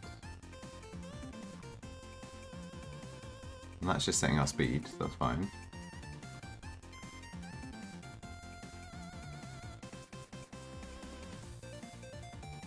Jump gets passed through. Strafe gets passed through into the coroutine. Restart just calls the die function.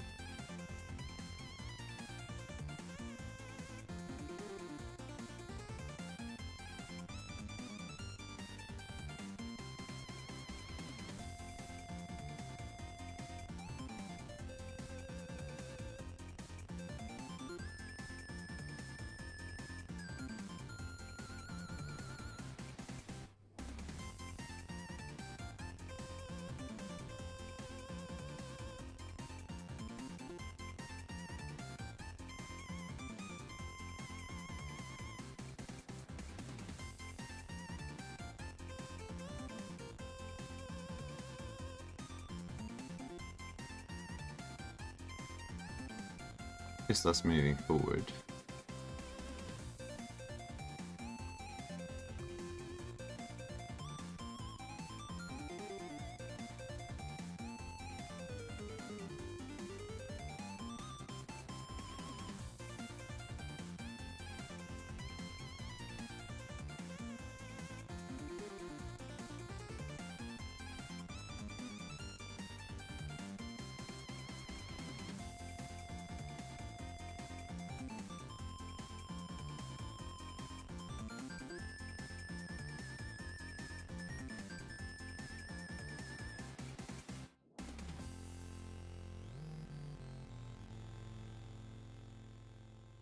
Hmm.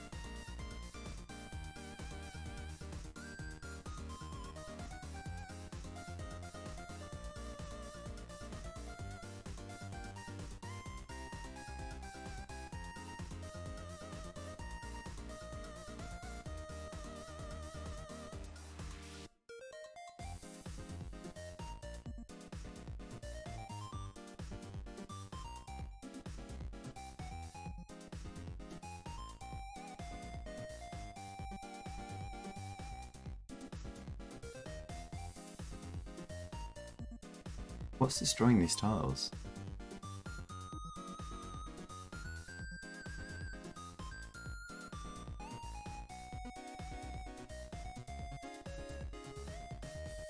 This occurs when we collect the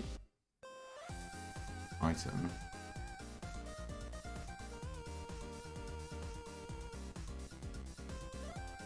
This destroy should be, if it triggers within, if it tries to create the bottle within the obstacles. Hazard game.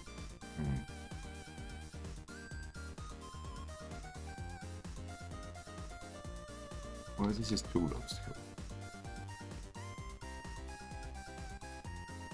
Where's it getting obstacle from?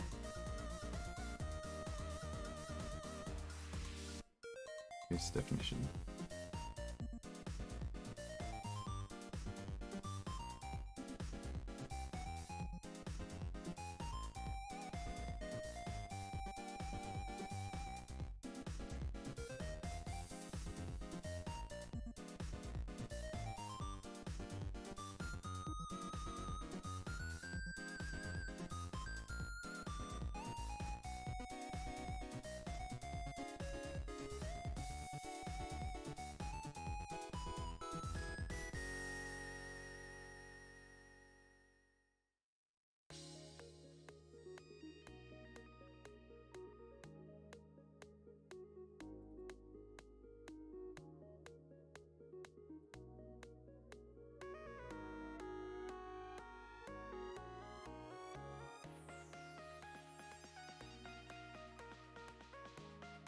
Do we have that on our tool obstacle prefab? Yeah, it's using the obstacle script. Okay. So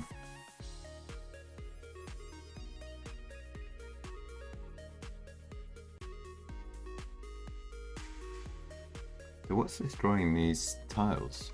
I can't figure that out.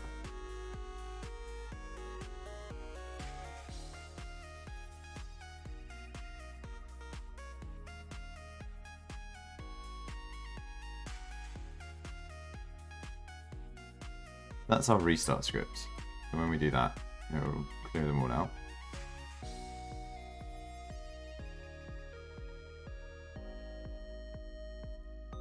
So in our restart script, I don't think we need this. Let's take that out.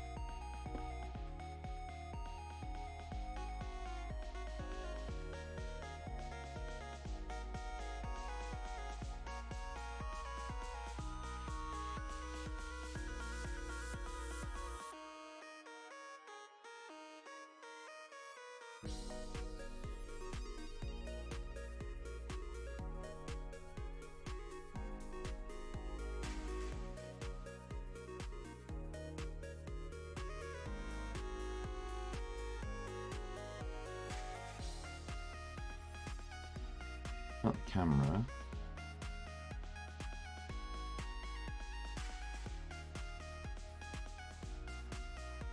Let's just double check. So we should, if we press escape, we'll get our restart.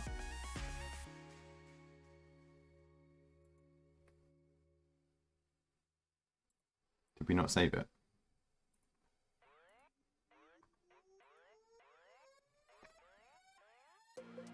Let's just save all. And then we'll go back to this.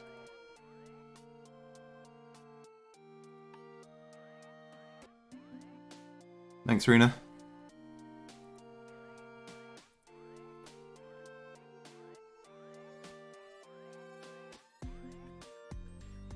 Right, what's... I've broken something now. Okay, and then if we reset, move back. Right, why are we getting these? Destroyed object ground tile. Oh yeah, because we still have in our ground tile file.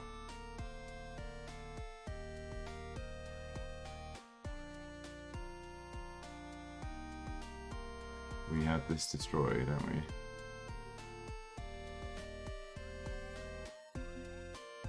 So let's comment that out for the moment.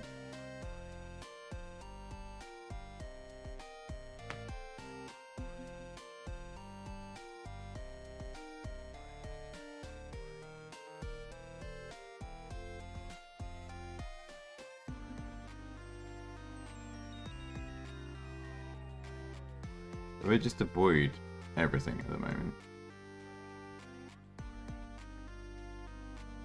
We're not getting any tiles destroyed.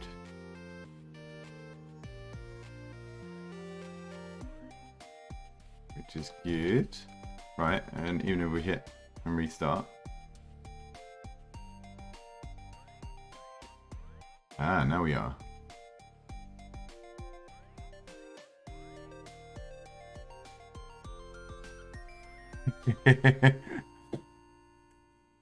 Looks a lot better than 2.5 hours ago. It's gonna slowly get there.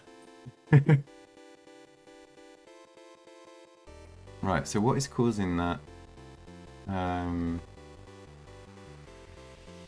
Those tiles to go there. If I don't destroy the tiles here, let's see what happens.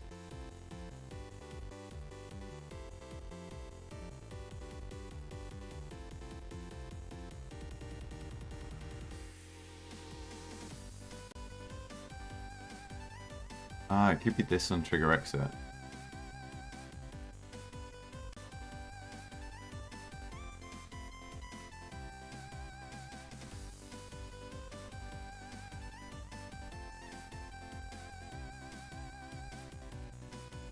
Oh, thanks to the host as well. That doesn't come up in chat for some reason.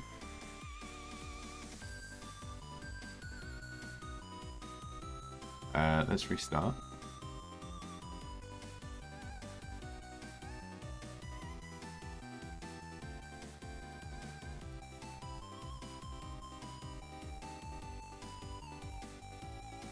I feel like I think it's where we're leaving tile. So now, when we get up to where we just left, that tile might disappear.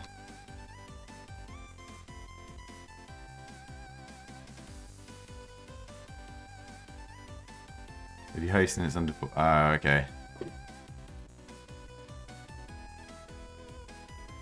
Well, thank you anyway.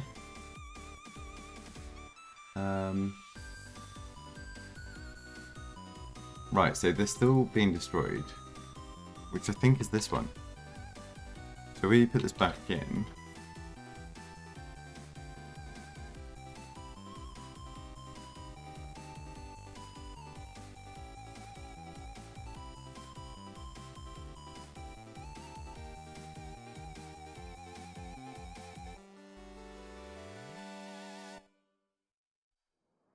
Let's see if we still get our tiles being destroyed.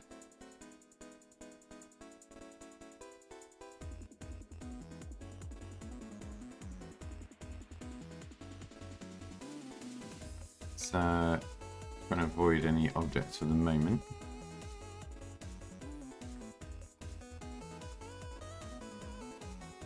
Okay, and then we restart here.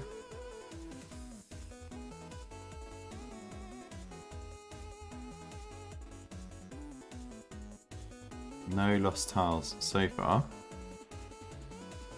Oh. You still collect it based on the rotation. So... Oh no, wrong way.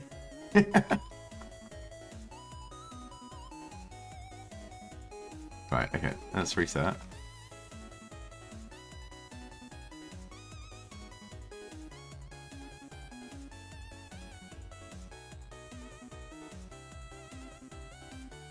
So it's inverted and slightly delayed here. But we're not losing any of the tiles, so I think it was what we saw. And then we're back to normal.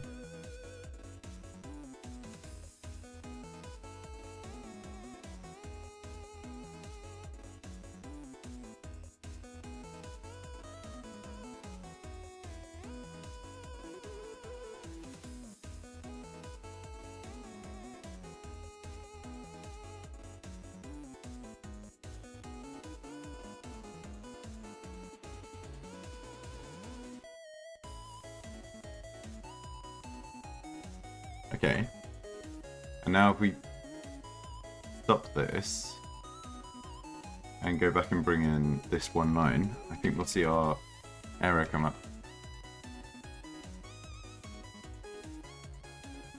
They're the only ones I'm playing on stream at the moment. I play a little bit of League of Legends and a little bit of Minecraft as well.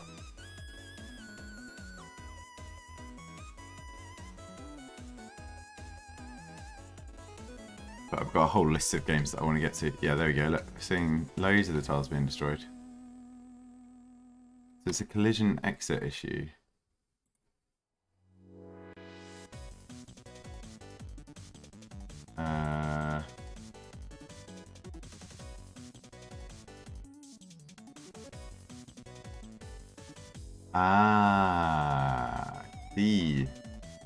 So the tile is looking for any object leaving the collider. So I'm guessing what's happened is because we've brought in the bottle that rotates in the axis it's doing. Like if we start this and pause it.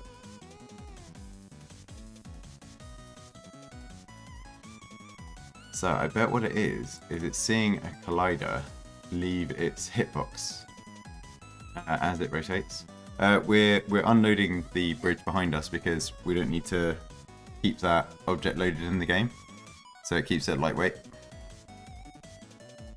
Because imagine if I'm good enough to play this for like 10 minutes worth, we'd have loads and loads of these tile assets behind us loaded in the game that we didn't need. I bet that's what's happening though. I bet it's only with the bottles. And what we can check here is, if we go to our ground spawner and we turn the debuff off, the spawn off, and the obstacles off, I bet it will still happen.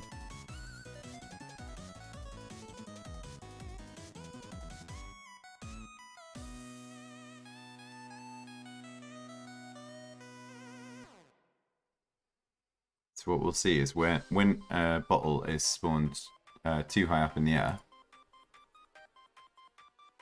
above the collider, that's going to delete the... So you see at the back here where we've got two of them there that are a little bit too high.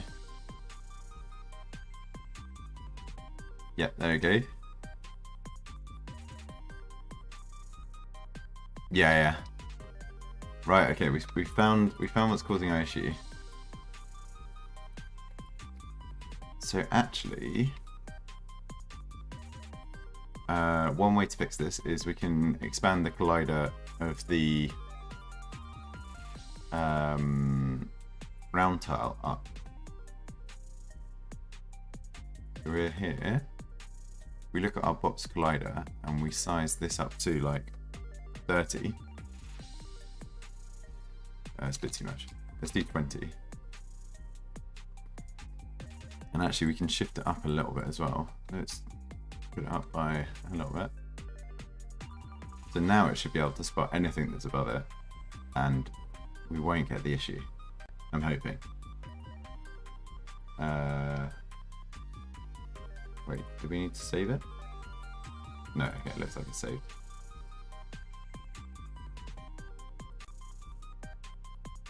So now when we click play, we shouldn't have our tiles disappearing randomly in front of us. They should still disappear behind us, that's good.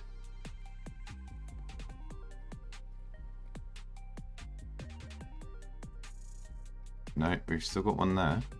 What happened here? Oh, we've still got a few there.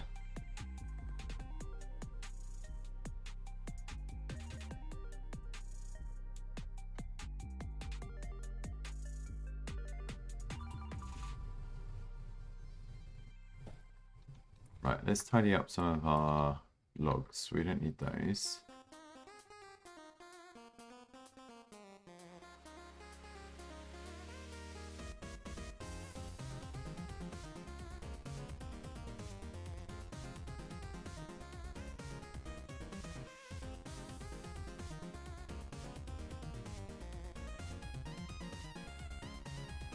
Slider other.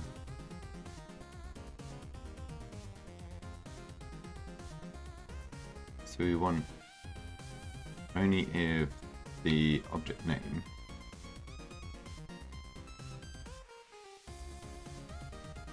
so where have we done this before? Obstacle. Not obstacle, ground tile. No, bottle. There we go. Other.gameObject.name if other.gameObject.name is player, then we can do this.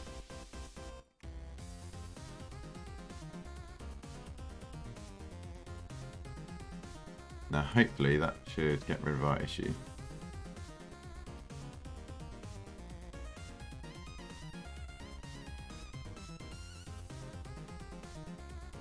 Just tidy up some of this code.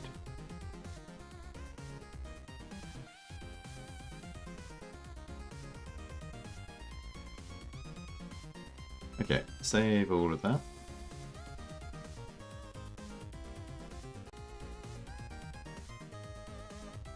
And then hopefully we're not getting tiles destroyed, I think.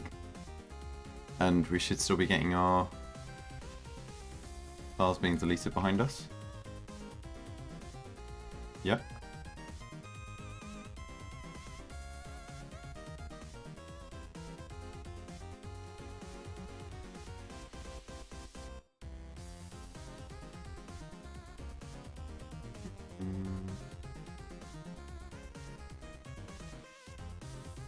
There was a cap there, but I think it should have been reset because we reset the level.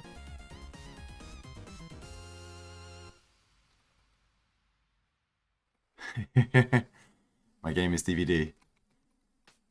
I mean, I would like to make something that can compete against DVD, but that's a long way down the line before I get to anything like that. Okay, doesn't look like we've got tiles disappearing now.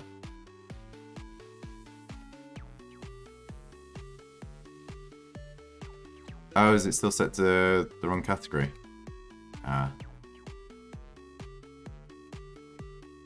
Thank you. I will update that in a second.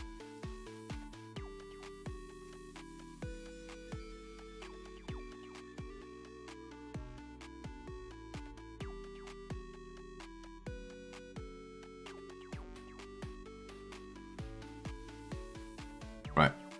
Let's pause. Let's do. That should update, I would have thought, but at the moment, yeah. I don't want to really mess around too much with loads of new mechanics and stuff like that for this first game. When I know a bit more about Unity and how to make games, then I'll be looking at doing some other ones. Right, how do I do? Set game, is it?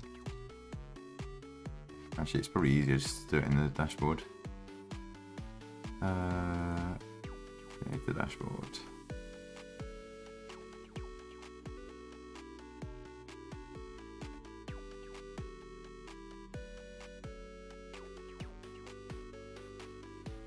Oh, I didn't update the Go Live either. Never mind. Software.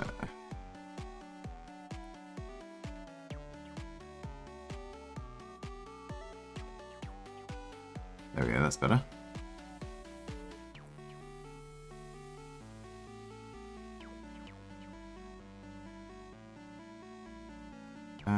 Is the...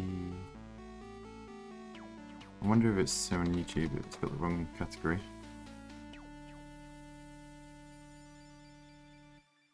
Just have a quick look.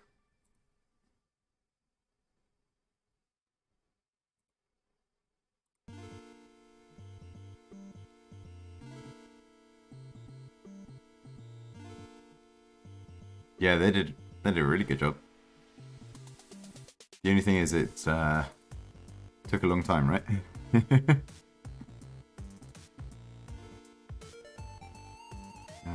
Let's just double check this category here.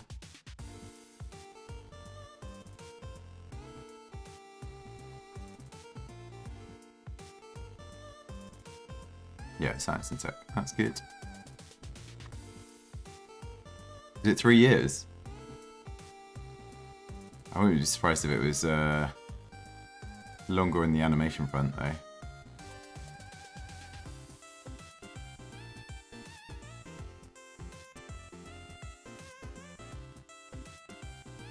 Right, let's see where we're up to here. So I think what we need to do, we need to bring down the spawn rate of some of these obstacles.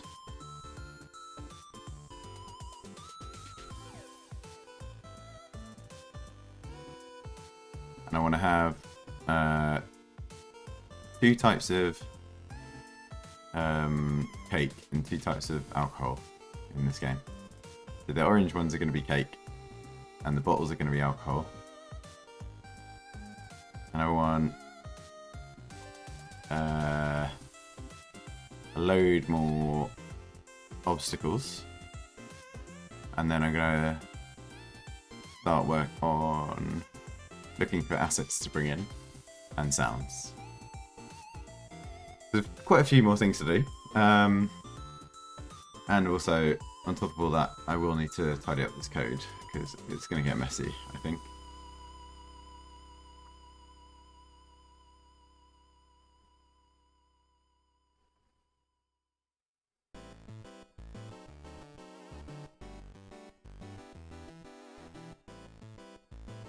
So in our bottle file,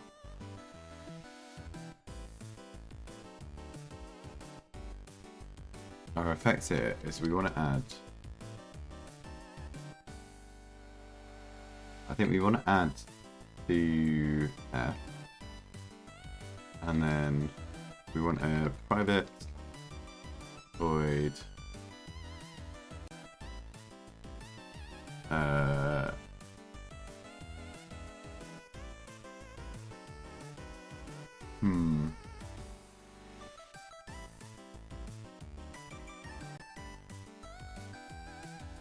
How do we want to do this? Do we want another enumerator?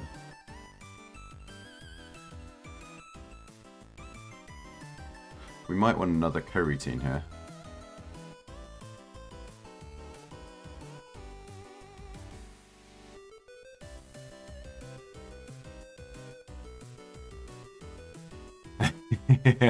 Pick up a ball in a white room and that's all.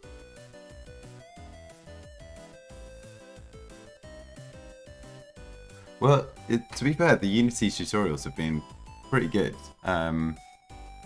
We only started learning like 2 weeks ago, and I've live streamed everything I've done in Unity. So I think to get to this point, we're what? Maybe like 15 hours in, 20 hours in. But I'd say it's got the tutorials are really useful, and there's so many videos on YouTube teaching you how to do it as well.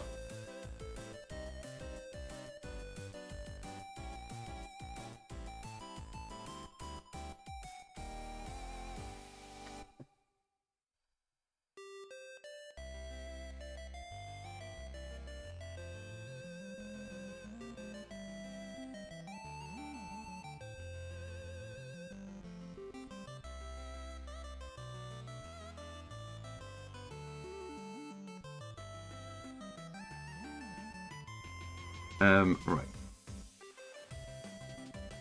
So the options we could have is we have a second bottle.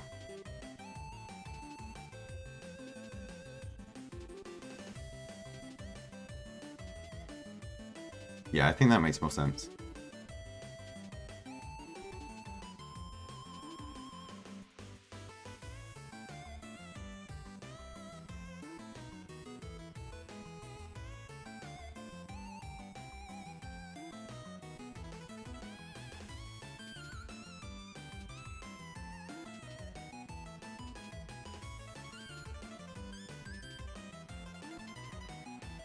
Mm-hmm. 80 euros on Steam. Well, the thing is, I've got an idea.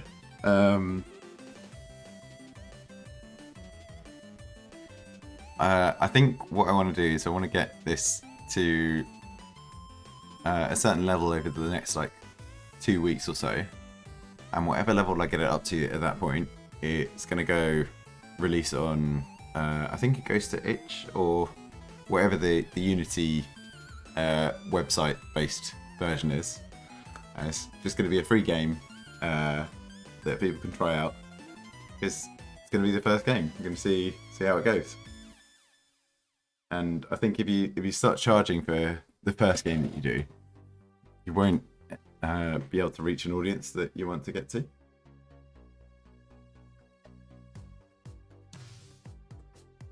So hopefully it's something that will be interesting. Yeah, I can manage for a first game not to be monetized.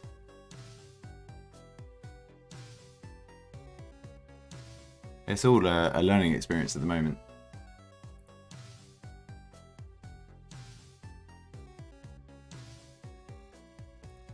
I reckon if we create another, let's call this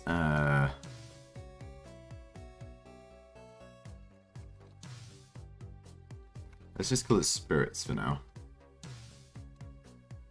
and let's call this wine.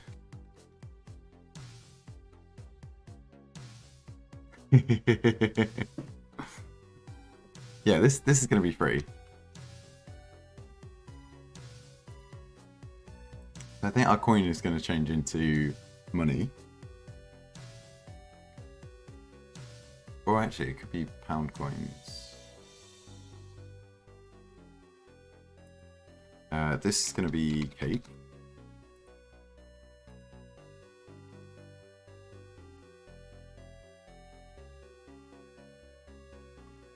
Does it not like the fact that it's called bottle? Oh no, it's because it started right void. So how do I...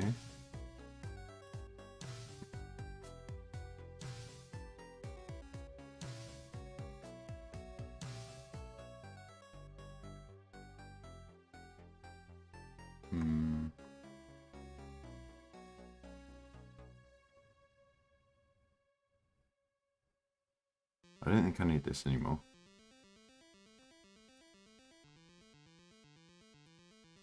So what I want to do is I want to revert the delay after a certain amount of time.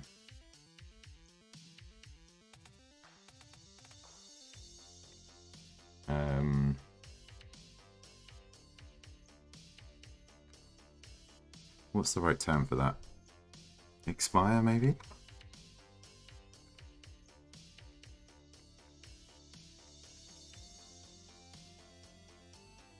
So if player movement dot delay is not equal to 0f. If it's greater than 0f, let's do that.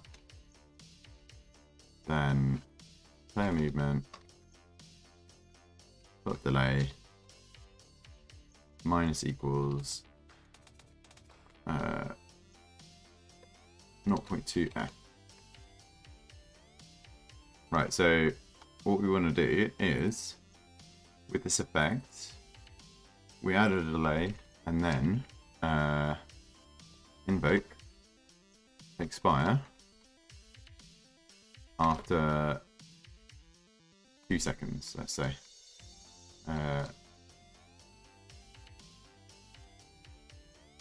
Oh, nice.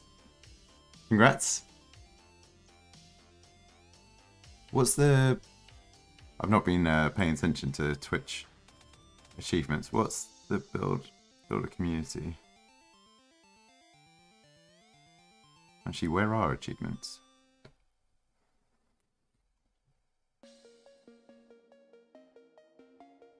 $50 followers and 5 people chatting. Ah, nice. That's cool.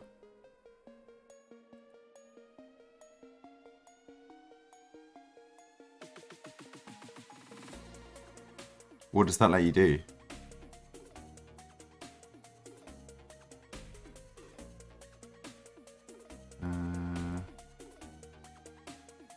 Content, no. Things, no. Insights? Insights, there we go. Oh, unlocks VIPs. Nice. That's cool. It's part of the affiliate path as well, isn't it?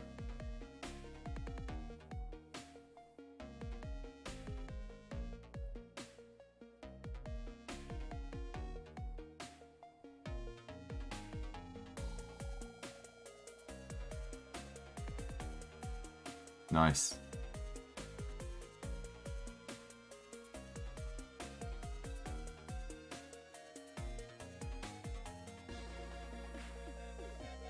So yeah, affiliate, yeah, you need average of 3 viewers over the amount of hours you stream.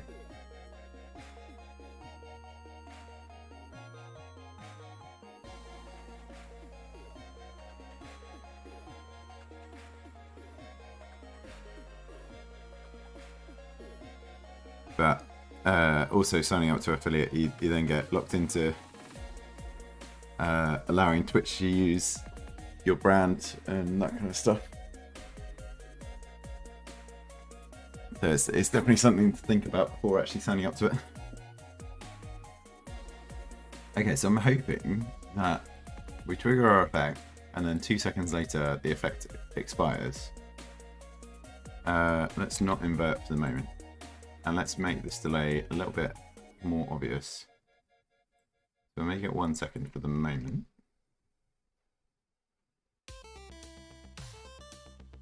Average 3 hours, average 3 viewers per stream, 8 hours over the last 30 days on at least 7 different days, and have 50 followers.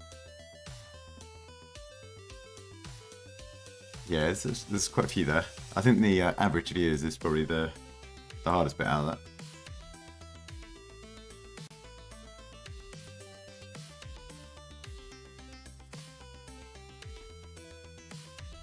I think it's always the case. It depends a lot on what you're doing as well. I'd say the Dead by Daylight streams, because everyone who's in your lobby can just like find who you are and pop in from that game. It's a lot easier to get people to just drop in. Whereas I would say I'm not expecting viewers on most of these software development streams. I think the global viewership of software development as a category is like a couple of thousand people. I mean, yeah, you could do that. But then it's not really worth it, because what you would get from affiliate, you're not really getting a lot of payout from it. But yeah, I'm mostly doing the software development streams so that I've got a record of the process, and then I can look back in a few years' time and see how far I've come, hopefully.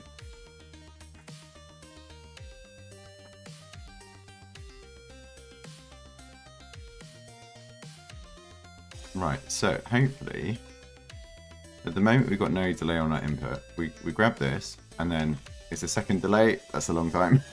You don't think Twitch gives you views from your own IP? Ah. So you got a VPN as well. Okay, 1 second is way too long. I can't cope with 1 second. Actually, no, I can cope with 1 second. What I'll do is I just need to turn off the obstacles.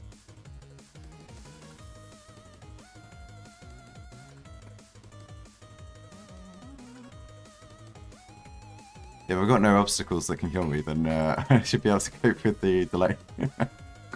But what I want to see is it should be a 1 second delay that lasts for 2 seconds, and then we go back to no delay, as long as I don't pick up another bottle. Nope.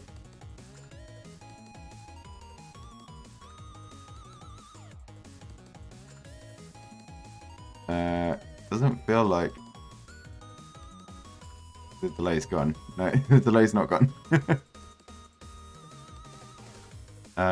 Let's pause that for a second then. So why is it not triggering this? Invoke expire after 2 seconds. This should be log play movement.delay. And we want it here, and we want it here. No, we want it here. And let's call this plus 1. And then 2 and 3. So we know where we're calling this.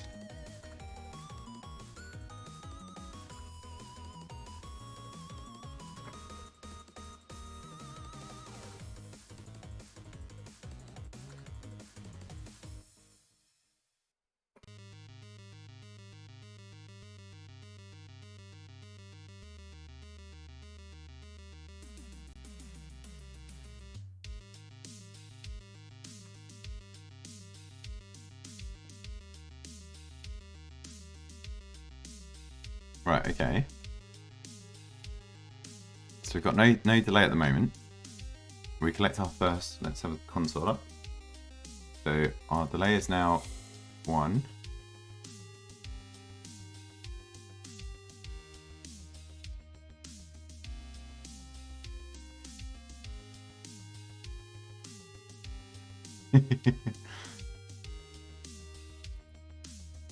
Right, it's just adding, it's not taking away.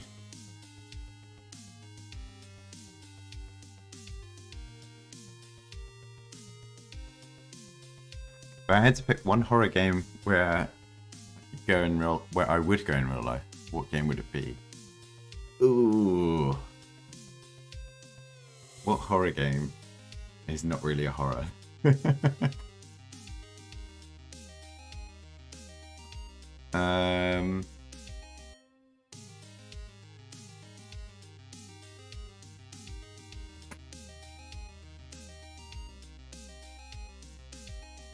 Phasmo wouldn't be too bad. I mean, you can still get killed by the ghost though. So, I'm not sure I'd want to do that. Especially with the nightmare modes and stuff like that.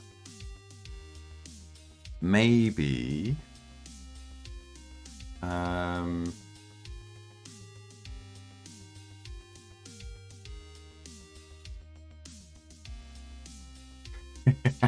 nice.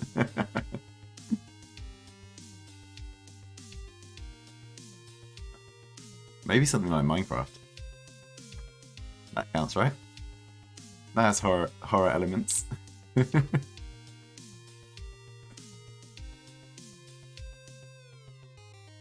It depends if there's the respawn mechanics as well. Yeah, creepers would be terrifying, but they are very slow.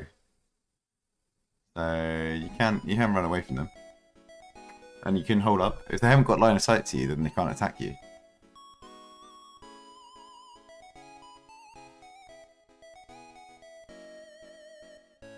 Oh, are we assuming a single player world or with lots of other people?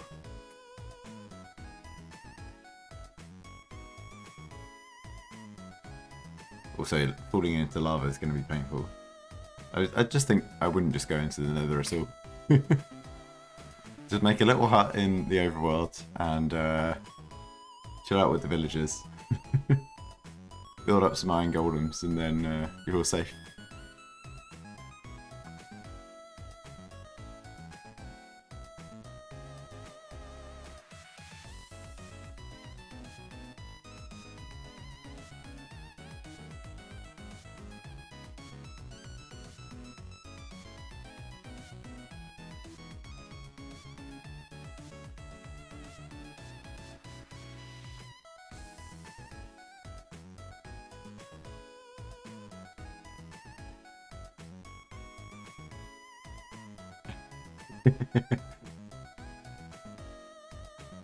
I mean, that's true.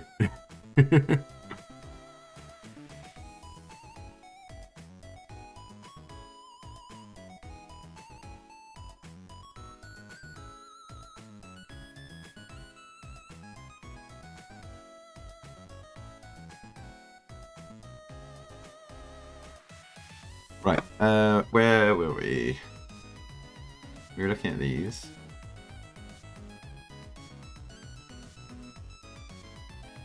I think what I want is the bottle to spawn far less frequently. So let's do around here.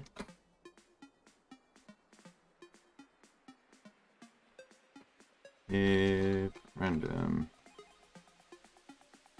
number is greater than no, let's do if it's less than 10, then we spawn our bottle.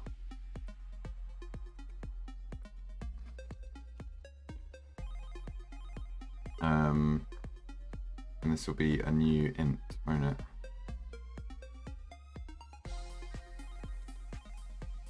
And we want it to be a range of up to 100, so only 1 in 10 times will it spawn a bottle. No, the golem will protect, right? As long as you're friendly and don't hit any villagers.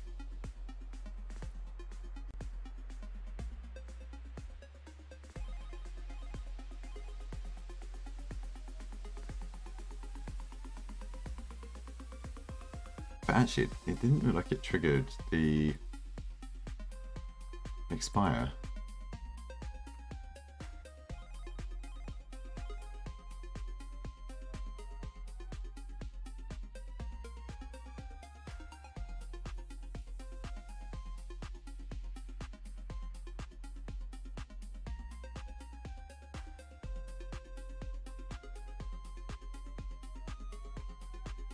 Have I got invoke anywhere else? Invoke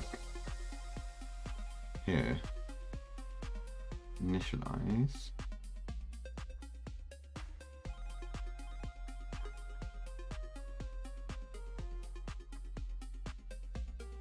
Is it the act that's causing the issue? Let's just try that.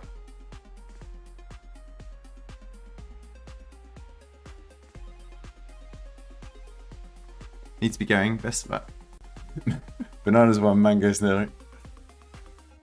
We'll keep a tally. Well, thanks for dropping by.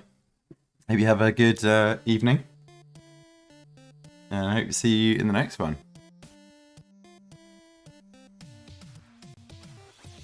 Say hi to your reindeer mate for you, from me.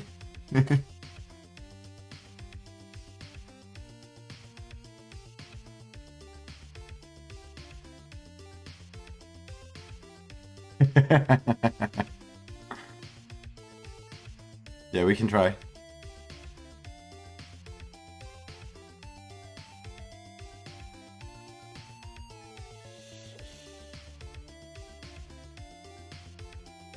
Right, we're getting no bottles now. Did I set the spawn rate too low? Oh, there's one. There we go. Right, so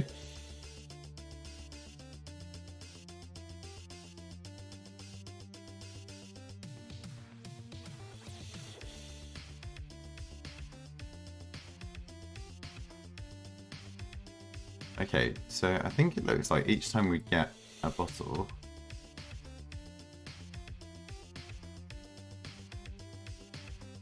it's adding 2 to the delay, which it shouldn't be.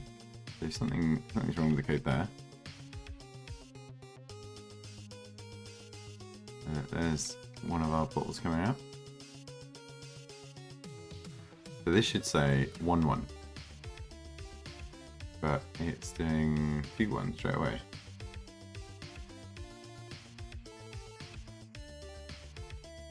But I dodged it.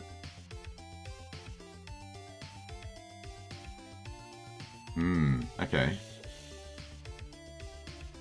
So So we're double triggering this effect.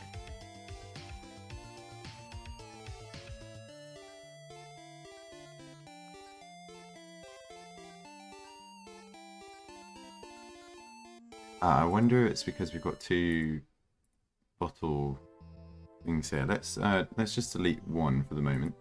So we'll just stick with our wine bottle.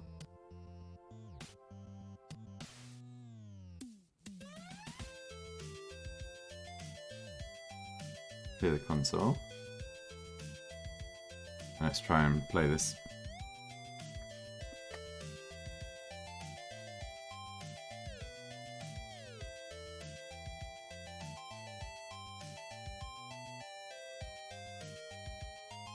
Nope, still getting two.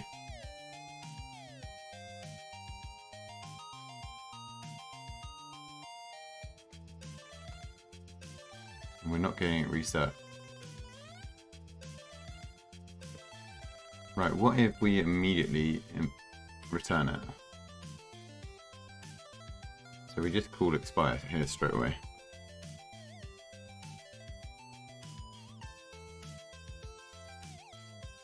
Why are we getting effect twice?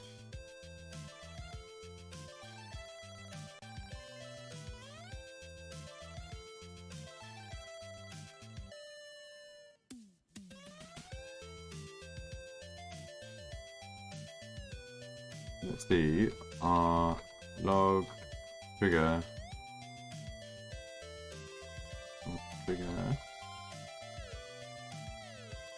Enter.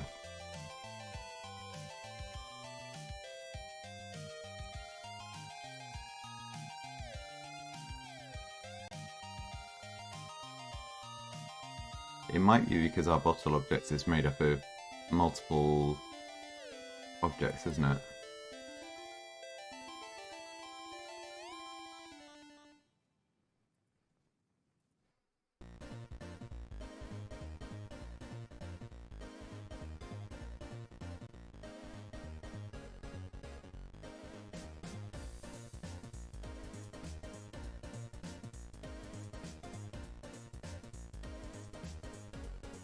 What if I remove the glider off of the neck?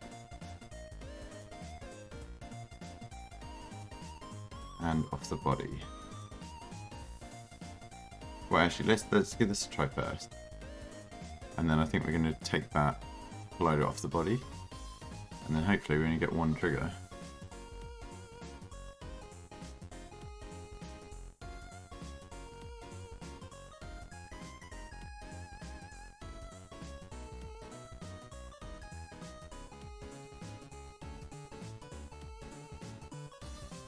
Okay.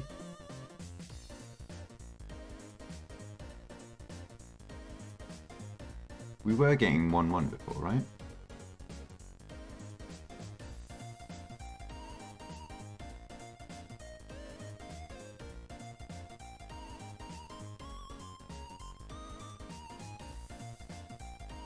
So invoke, expire. Let's just do 1 second.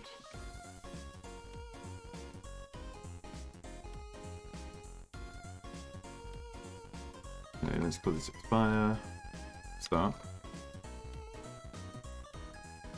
Expire trigger. Effect. Trigger.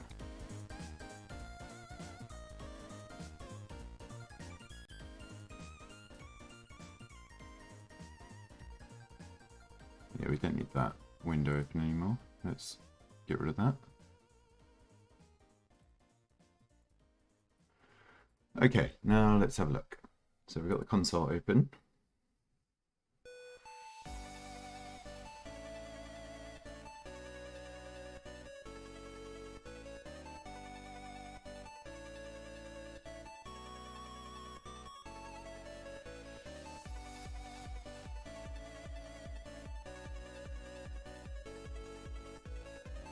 Oh, where's the bottle? Oh yeah.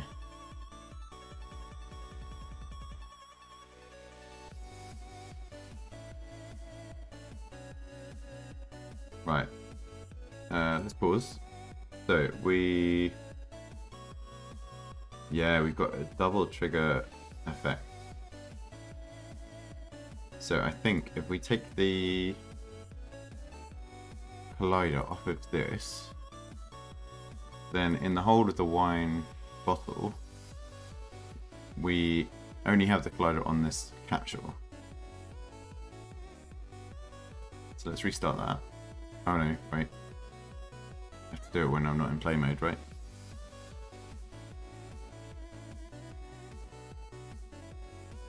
Oh no, everything's still work.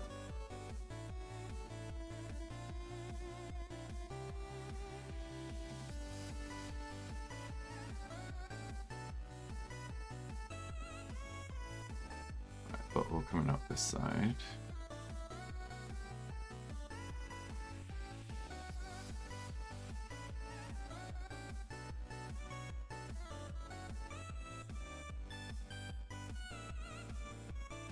Right, so we've had the effect triggered, but the reset isn't triggered, or the expire.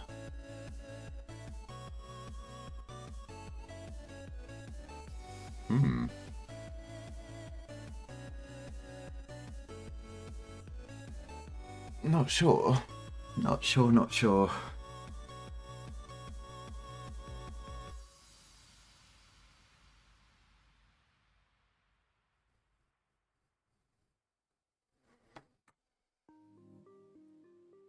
Well, at least we've not got it double triggering. I think we might need to change this to a cool coroutine. Or start coroutine instead.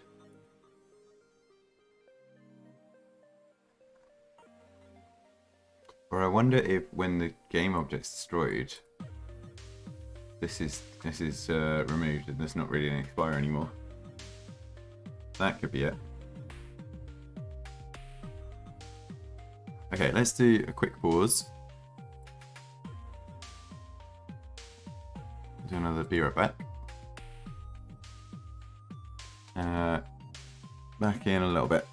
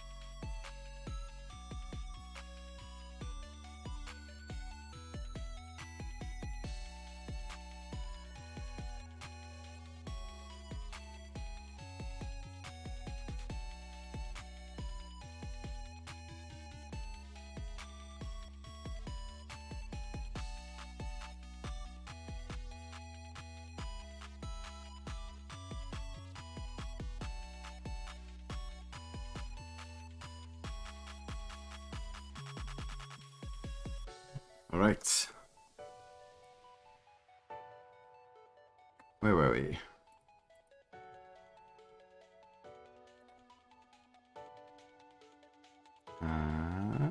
We were looking at... Oh yeah, trying to get this expired to trigger. So I'm wondering if...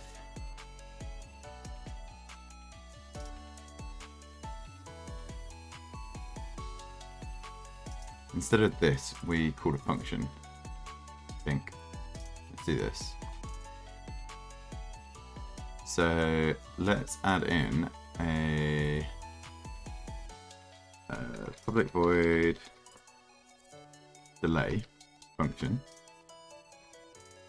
and when it's called, we just want to add this delay, which we were doing in bottle.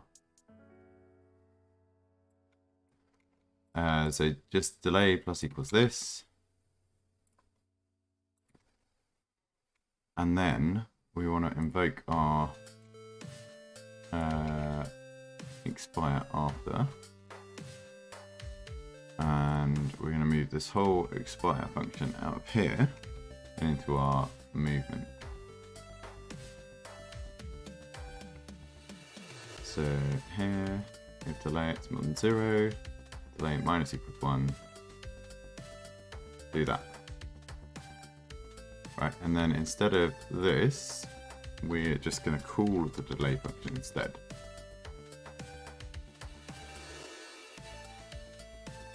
Which won't show up at the moment because we haven't...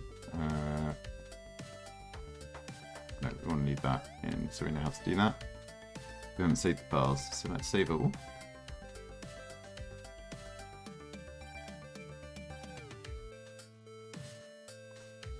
And now actually the delay figure here can be private because it's only this function that's using that.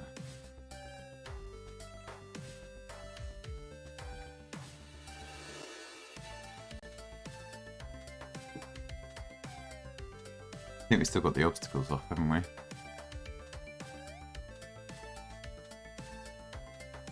But that'll be alright. Actually, yeah, let's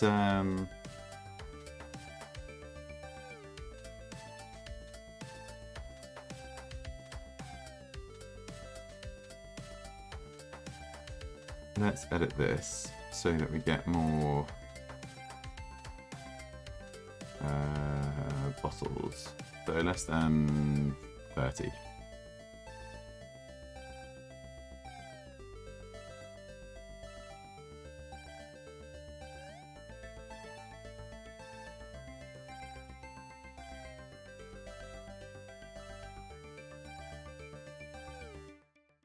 Right, so no delay to start with. And then when we click this, we get a bit of delay. But it's back to normal, yeah. And then a bit of delay, back to normal. Okay, what I want to do is I want to print out what the delay is currently at each time we do that. So, right, let's add 3 seconds there and log our delay value. And then log it here when it's brought back down.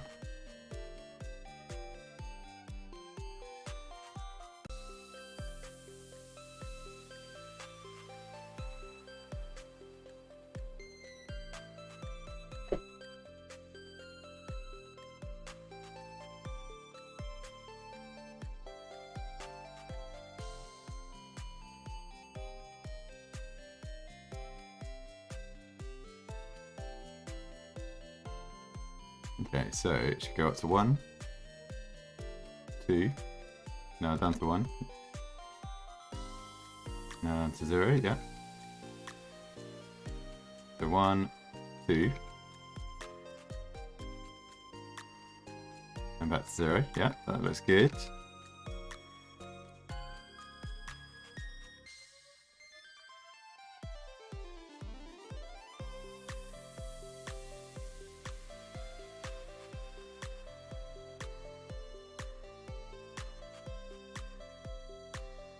And obviously as we're getting wider and shorter, we're going to hit more stuff. And it's going to be harder to continue. Does jump even do anything now?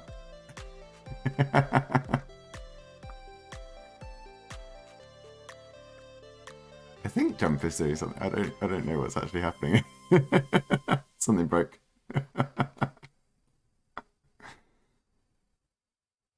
Okay.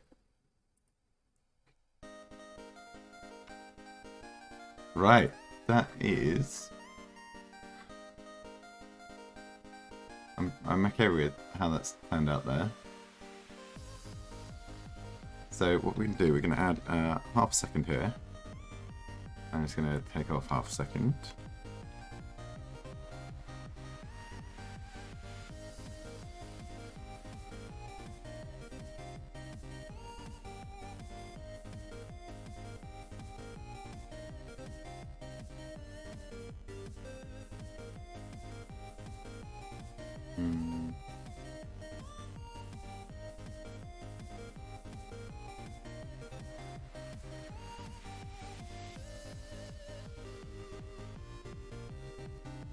We're going to leave it on for 3 could be okay. We could vary this depending on the size of the bottle. So we could vary the size of the bottle. Or the strength of the bottle, actually. If it's stronger alcohol, it has more of an effect. That could be quite a good one.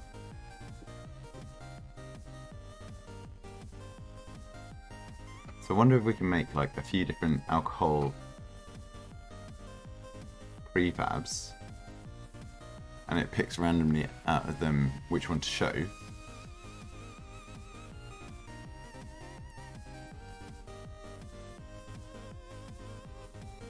I wonder if I can do that.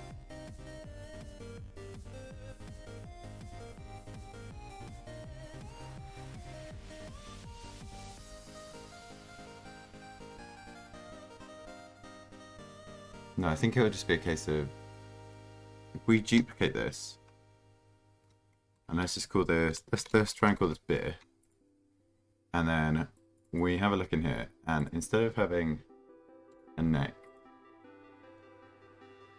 what we want is, how would we make a pint glass? I think we'd want to shrink this down loads, right? And this can come in a little bit, 0.5, 0.5. This will be 0.4, let's say. Capsule.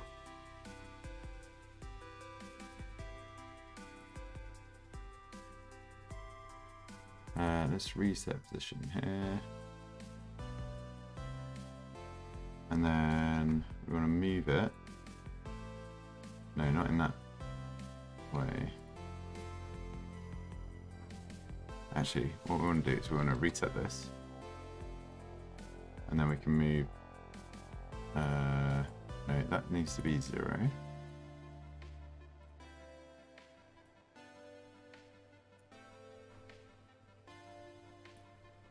Let's call this 1.2. 0.1.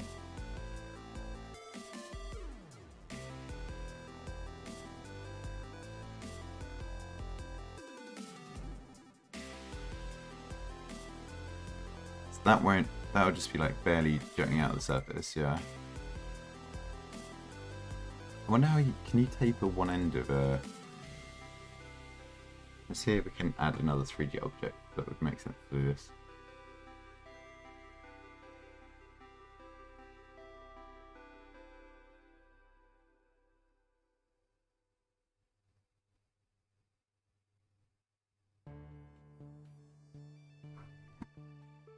Okay, let's bring up our tutorial window again. I mean, just a browser so it can be seen. Right, so taper object. Unity.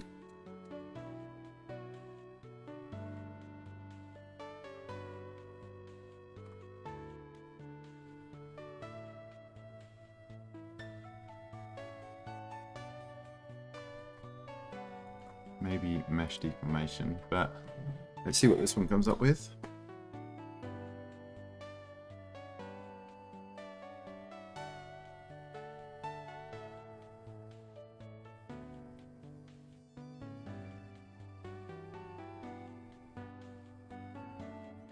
Okay, right, so make it in Blender and then import it. That makes more sense.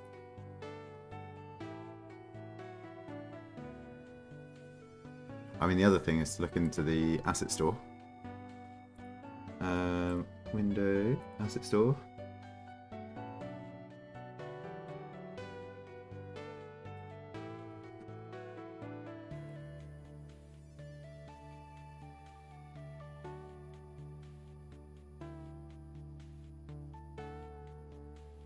Have a little look what this is.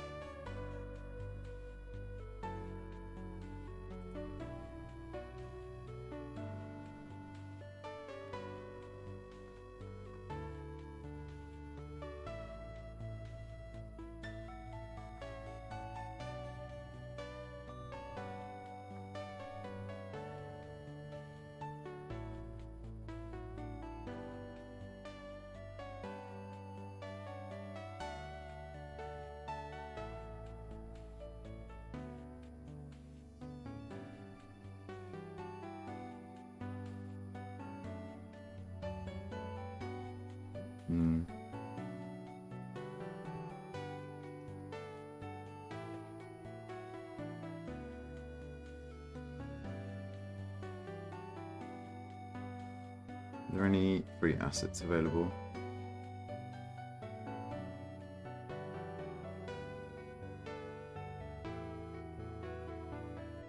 Sci-fi drinks, no. Potentially look at these two. Don't really want fantasy medieval. But what we got here?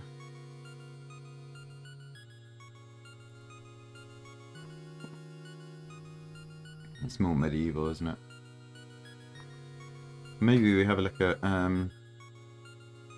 bringing up Unity and having a look at making a few small models. What about alcohol? Alcohol.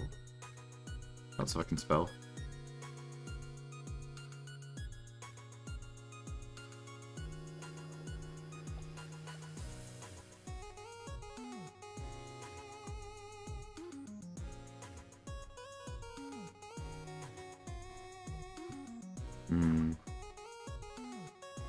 Only one free asset. What's that one? What's in the apartment kit?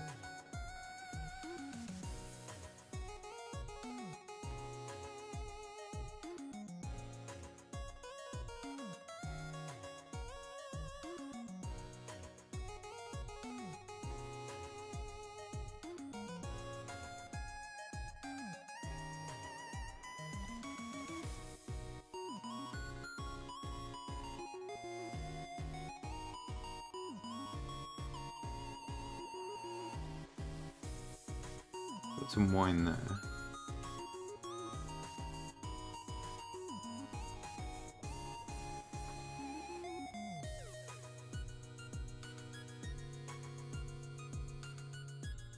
Yeah, we don't want to get into all of this. Makes a lot more sense just to boot up Blender and play around there. Okay, but we'll come back to those. For the moment, we can just do some random objects though.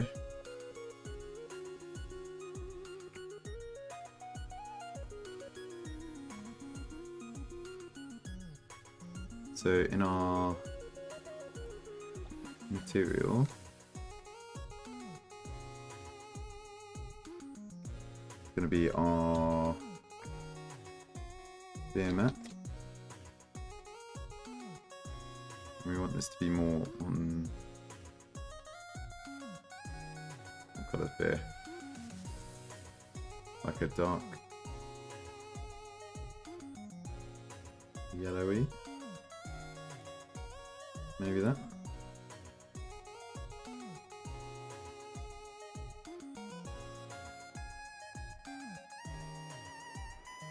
And we can add another cylinder.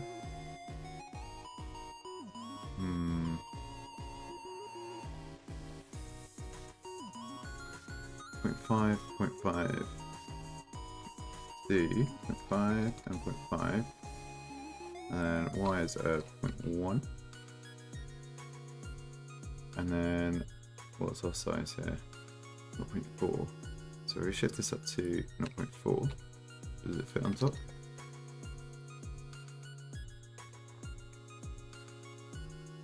We just shrink this in just a tad, so 0.49.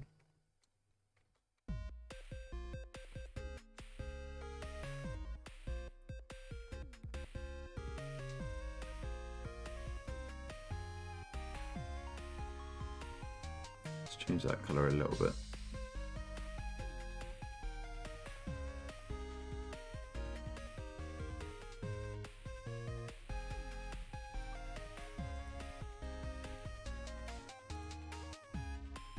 That can do for the moment. And this is the one that will have the collider on it.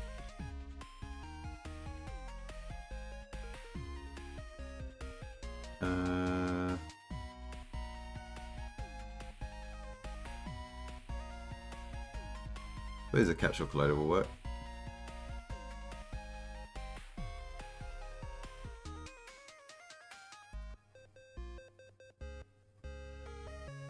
Doesn't have to be exact.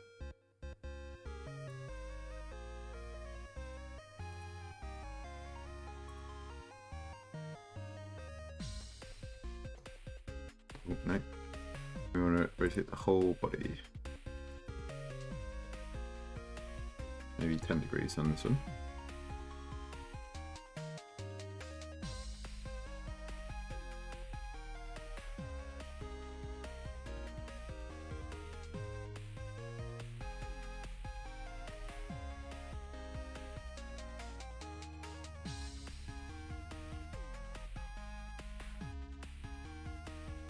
Right, and then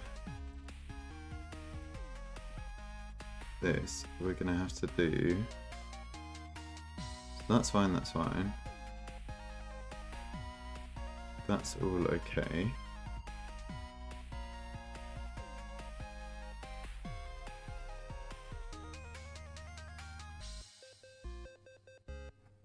And then we're gonna change the script to be a beer script.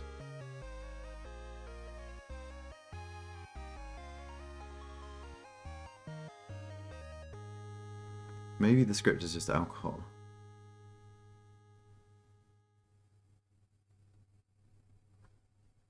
Yeah, I think that makes sense. What if we rename this alcohol? And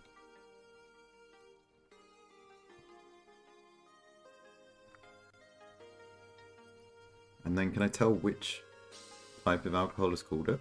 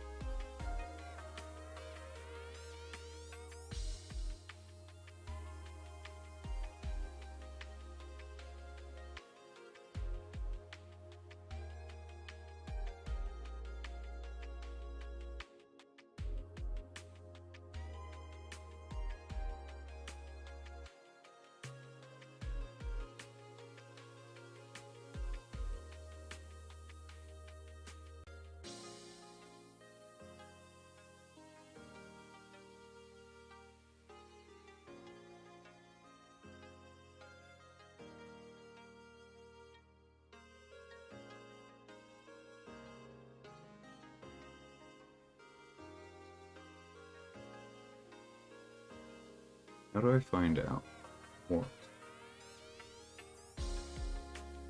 object, what prefab is actually called?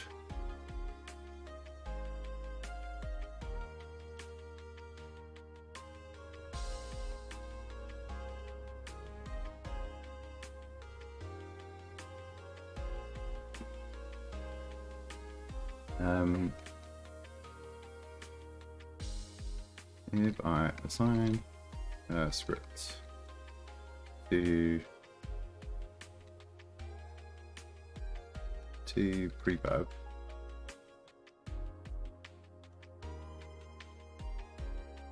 how do I tell which one is triggering it?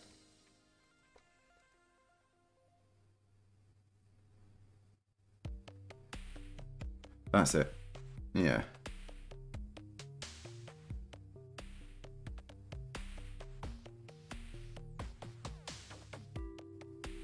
The first trigger is script placed on the ball, which will add a counter to the ball as well as mark it for respawning at the top of the screen. Second trigger will make copy this ball.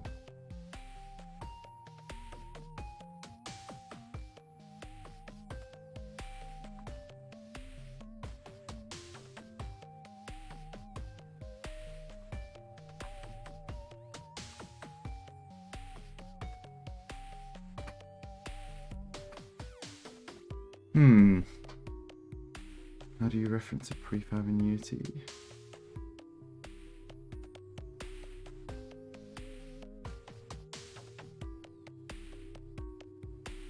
It's probably worth having a quick look at this. Project planning, unoptimized models.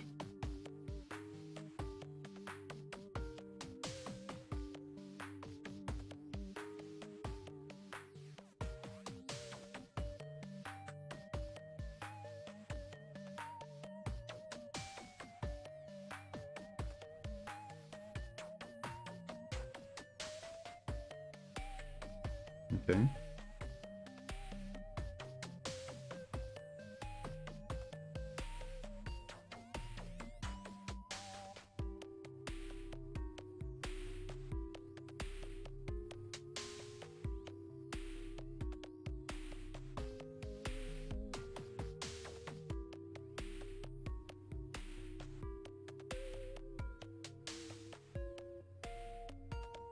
Create these all parts. And shared across the whole application portfolio.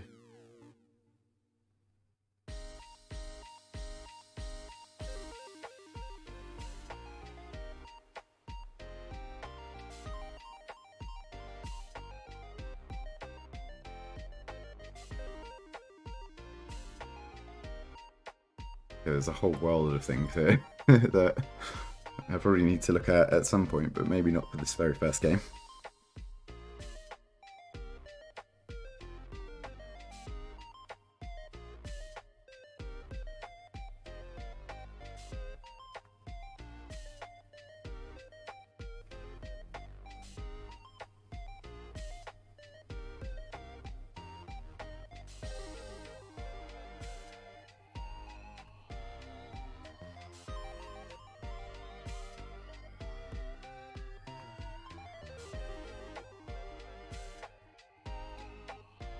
Don't use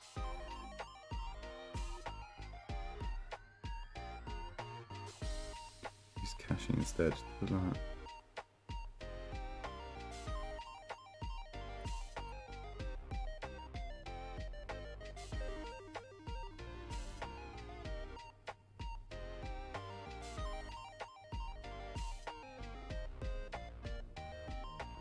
Ooh, that's a smart idea.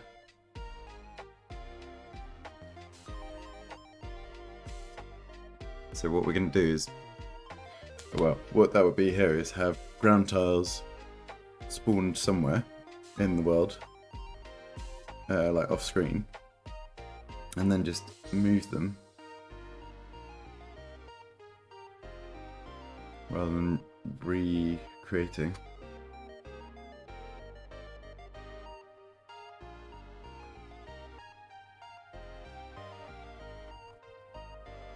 I don't think we're doing those. Garbage collection problems.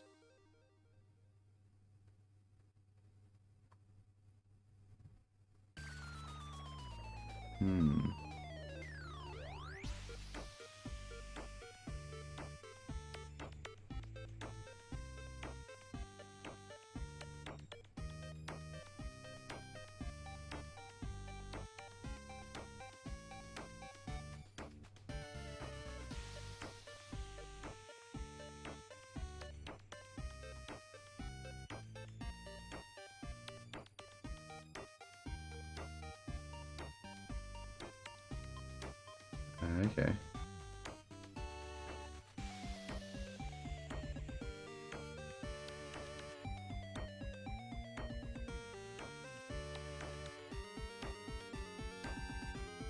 Are we doing that with our player?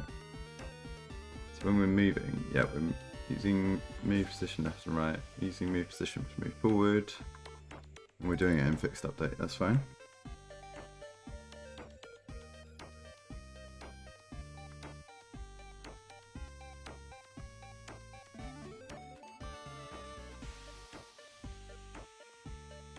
If possible, use primitive colliders.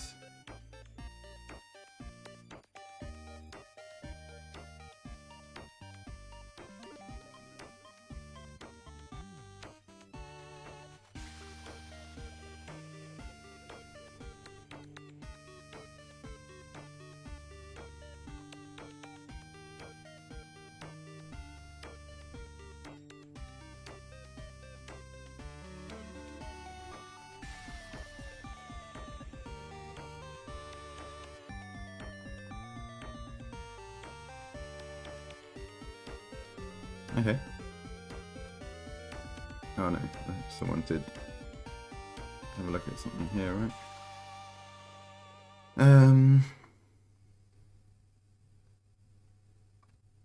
Oh yeah, we're gonna try and figure out which obstacle is calling.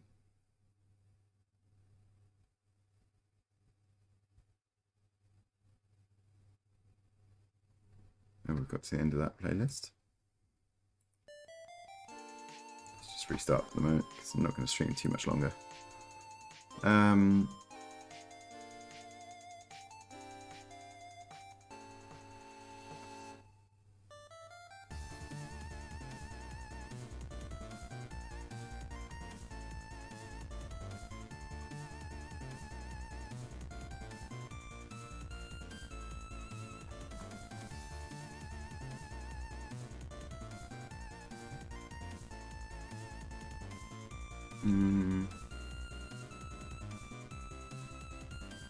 Get game object. Script is attached to.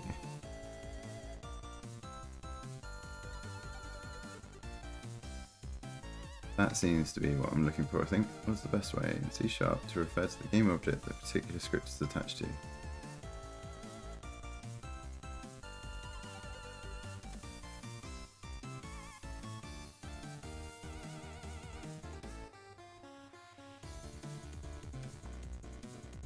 This game object, maybe?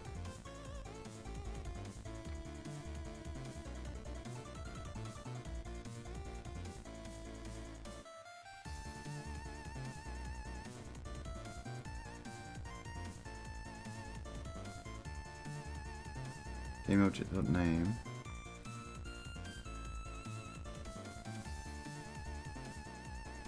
Let's do this. Wait, I just want to log. Game object dot name. Okay, and then the alcohol script is tied to both the beer and the wine.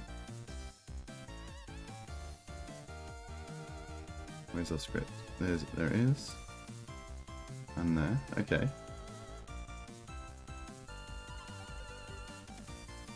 So if we run it, we should just see wine up here because we haven't got a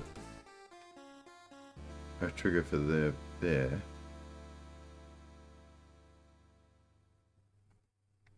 And then as more spawn later on. Yeah, okay. And then in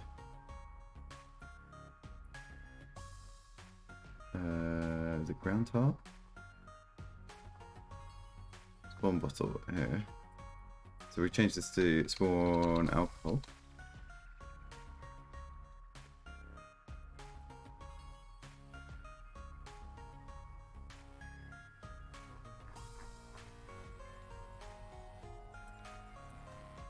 Oh no, we want this to be the wine prefab, and this to be the beer prefab.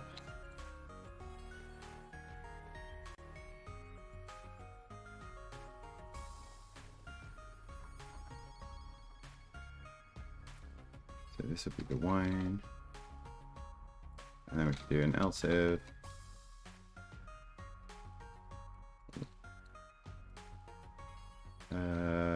Random number is less than 50, for example. We'll spawn our beer.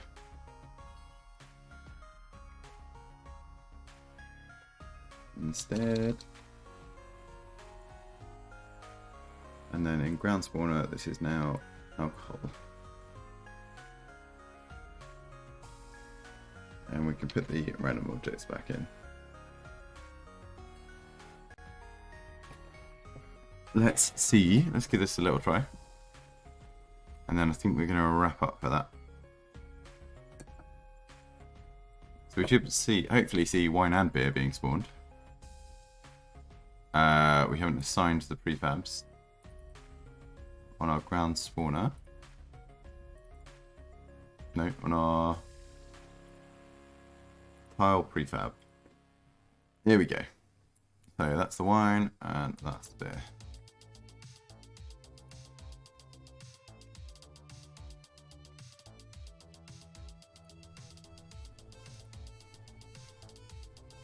We go in console. Yeah, we got beer and wine.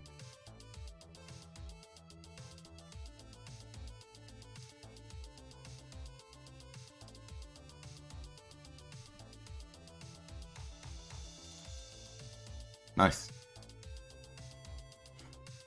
Right. Ooh. Okay. I think we're going to wrap up there. Quite happy with where we've got to today. There's obviously a whole load of this code that could just be, well, that needs to be put into modules rather than whatever spaghetti code I've been writing so far. But we've got a better understanding of how coroutines work, and has managed to put in the delay and the invert direction that we get with our strafe command. What else did we do? We brought in some new player effects to try and transform the player, change it to a wider model, which I think is quite good. And yeah, we brought in our alcohol options. So there's a few other things. Oh, and the cake, yeah, the cake model, the beer and the alcohol, and the tool obstacle was new this session as well. So yeah, gonna wrap up there. Thanks everyone who's joined in to watch and to lurk and to chat. I hope you've all enjoyed it. Probably going to continue with this tomorrow, I hope. Hey Rune, just wrapping up actually. Thanks for stopping by, and hopefully catch you all tomorrow. I'll probably be doing the same time tomorrow, around about 2 o'clock. Just do a bit more of this. I might drop into Blender and try and make some models up, but I think I'll just use. I think what I'll use placeholders for the moment, and then when we're getting closer to release, I'll jump in and do some models. But yeah, thanks a lot, and I'll see you next time.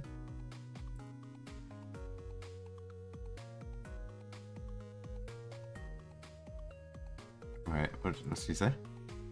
Floppy hat cat through. Bye. or end in the next 15 hours. Unfortunately, yeah. Gonna be ending now. But yeah, thank you. See you next time.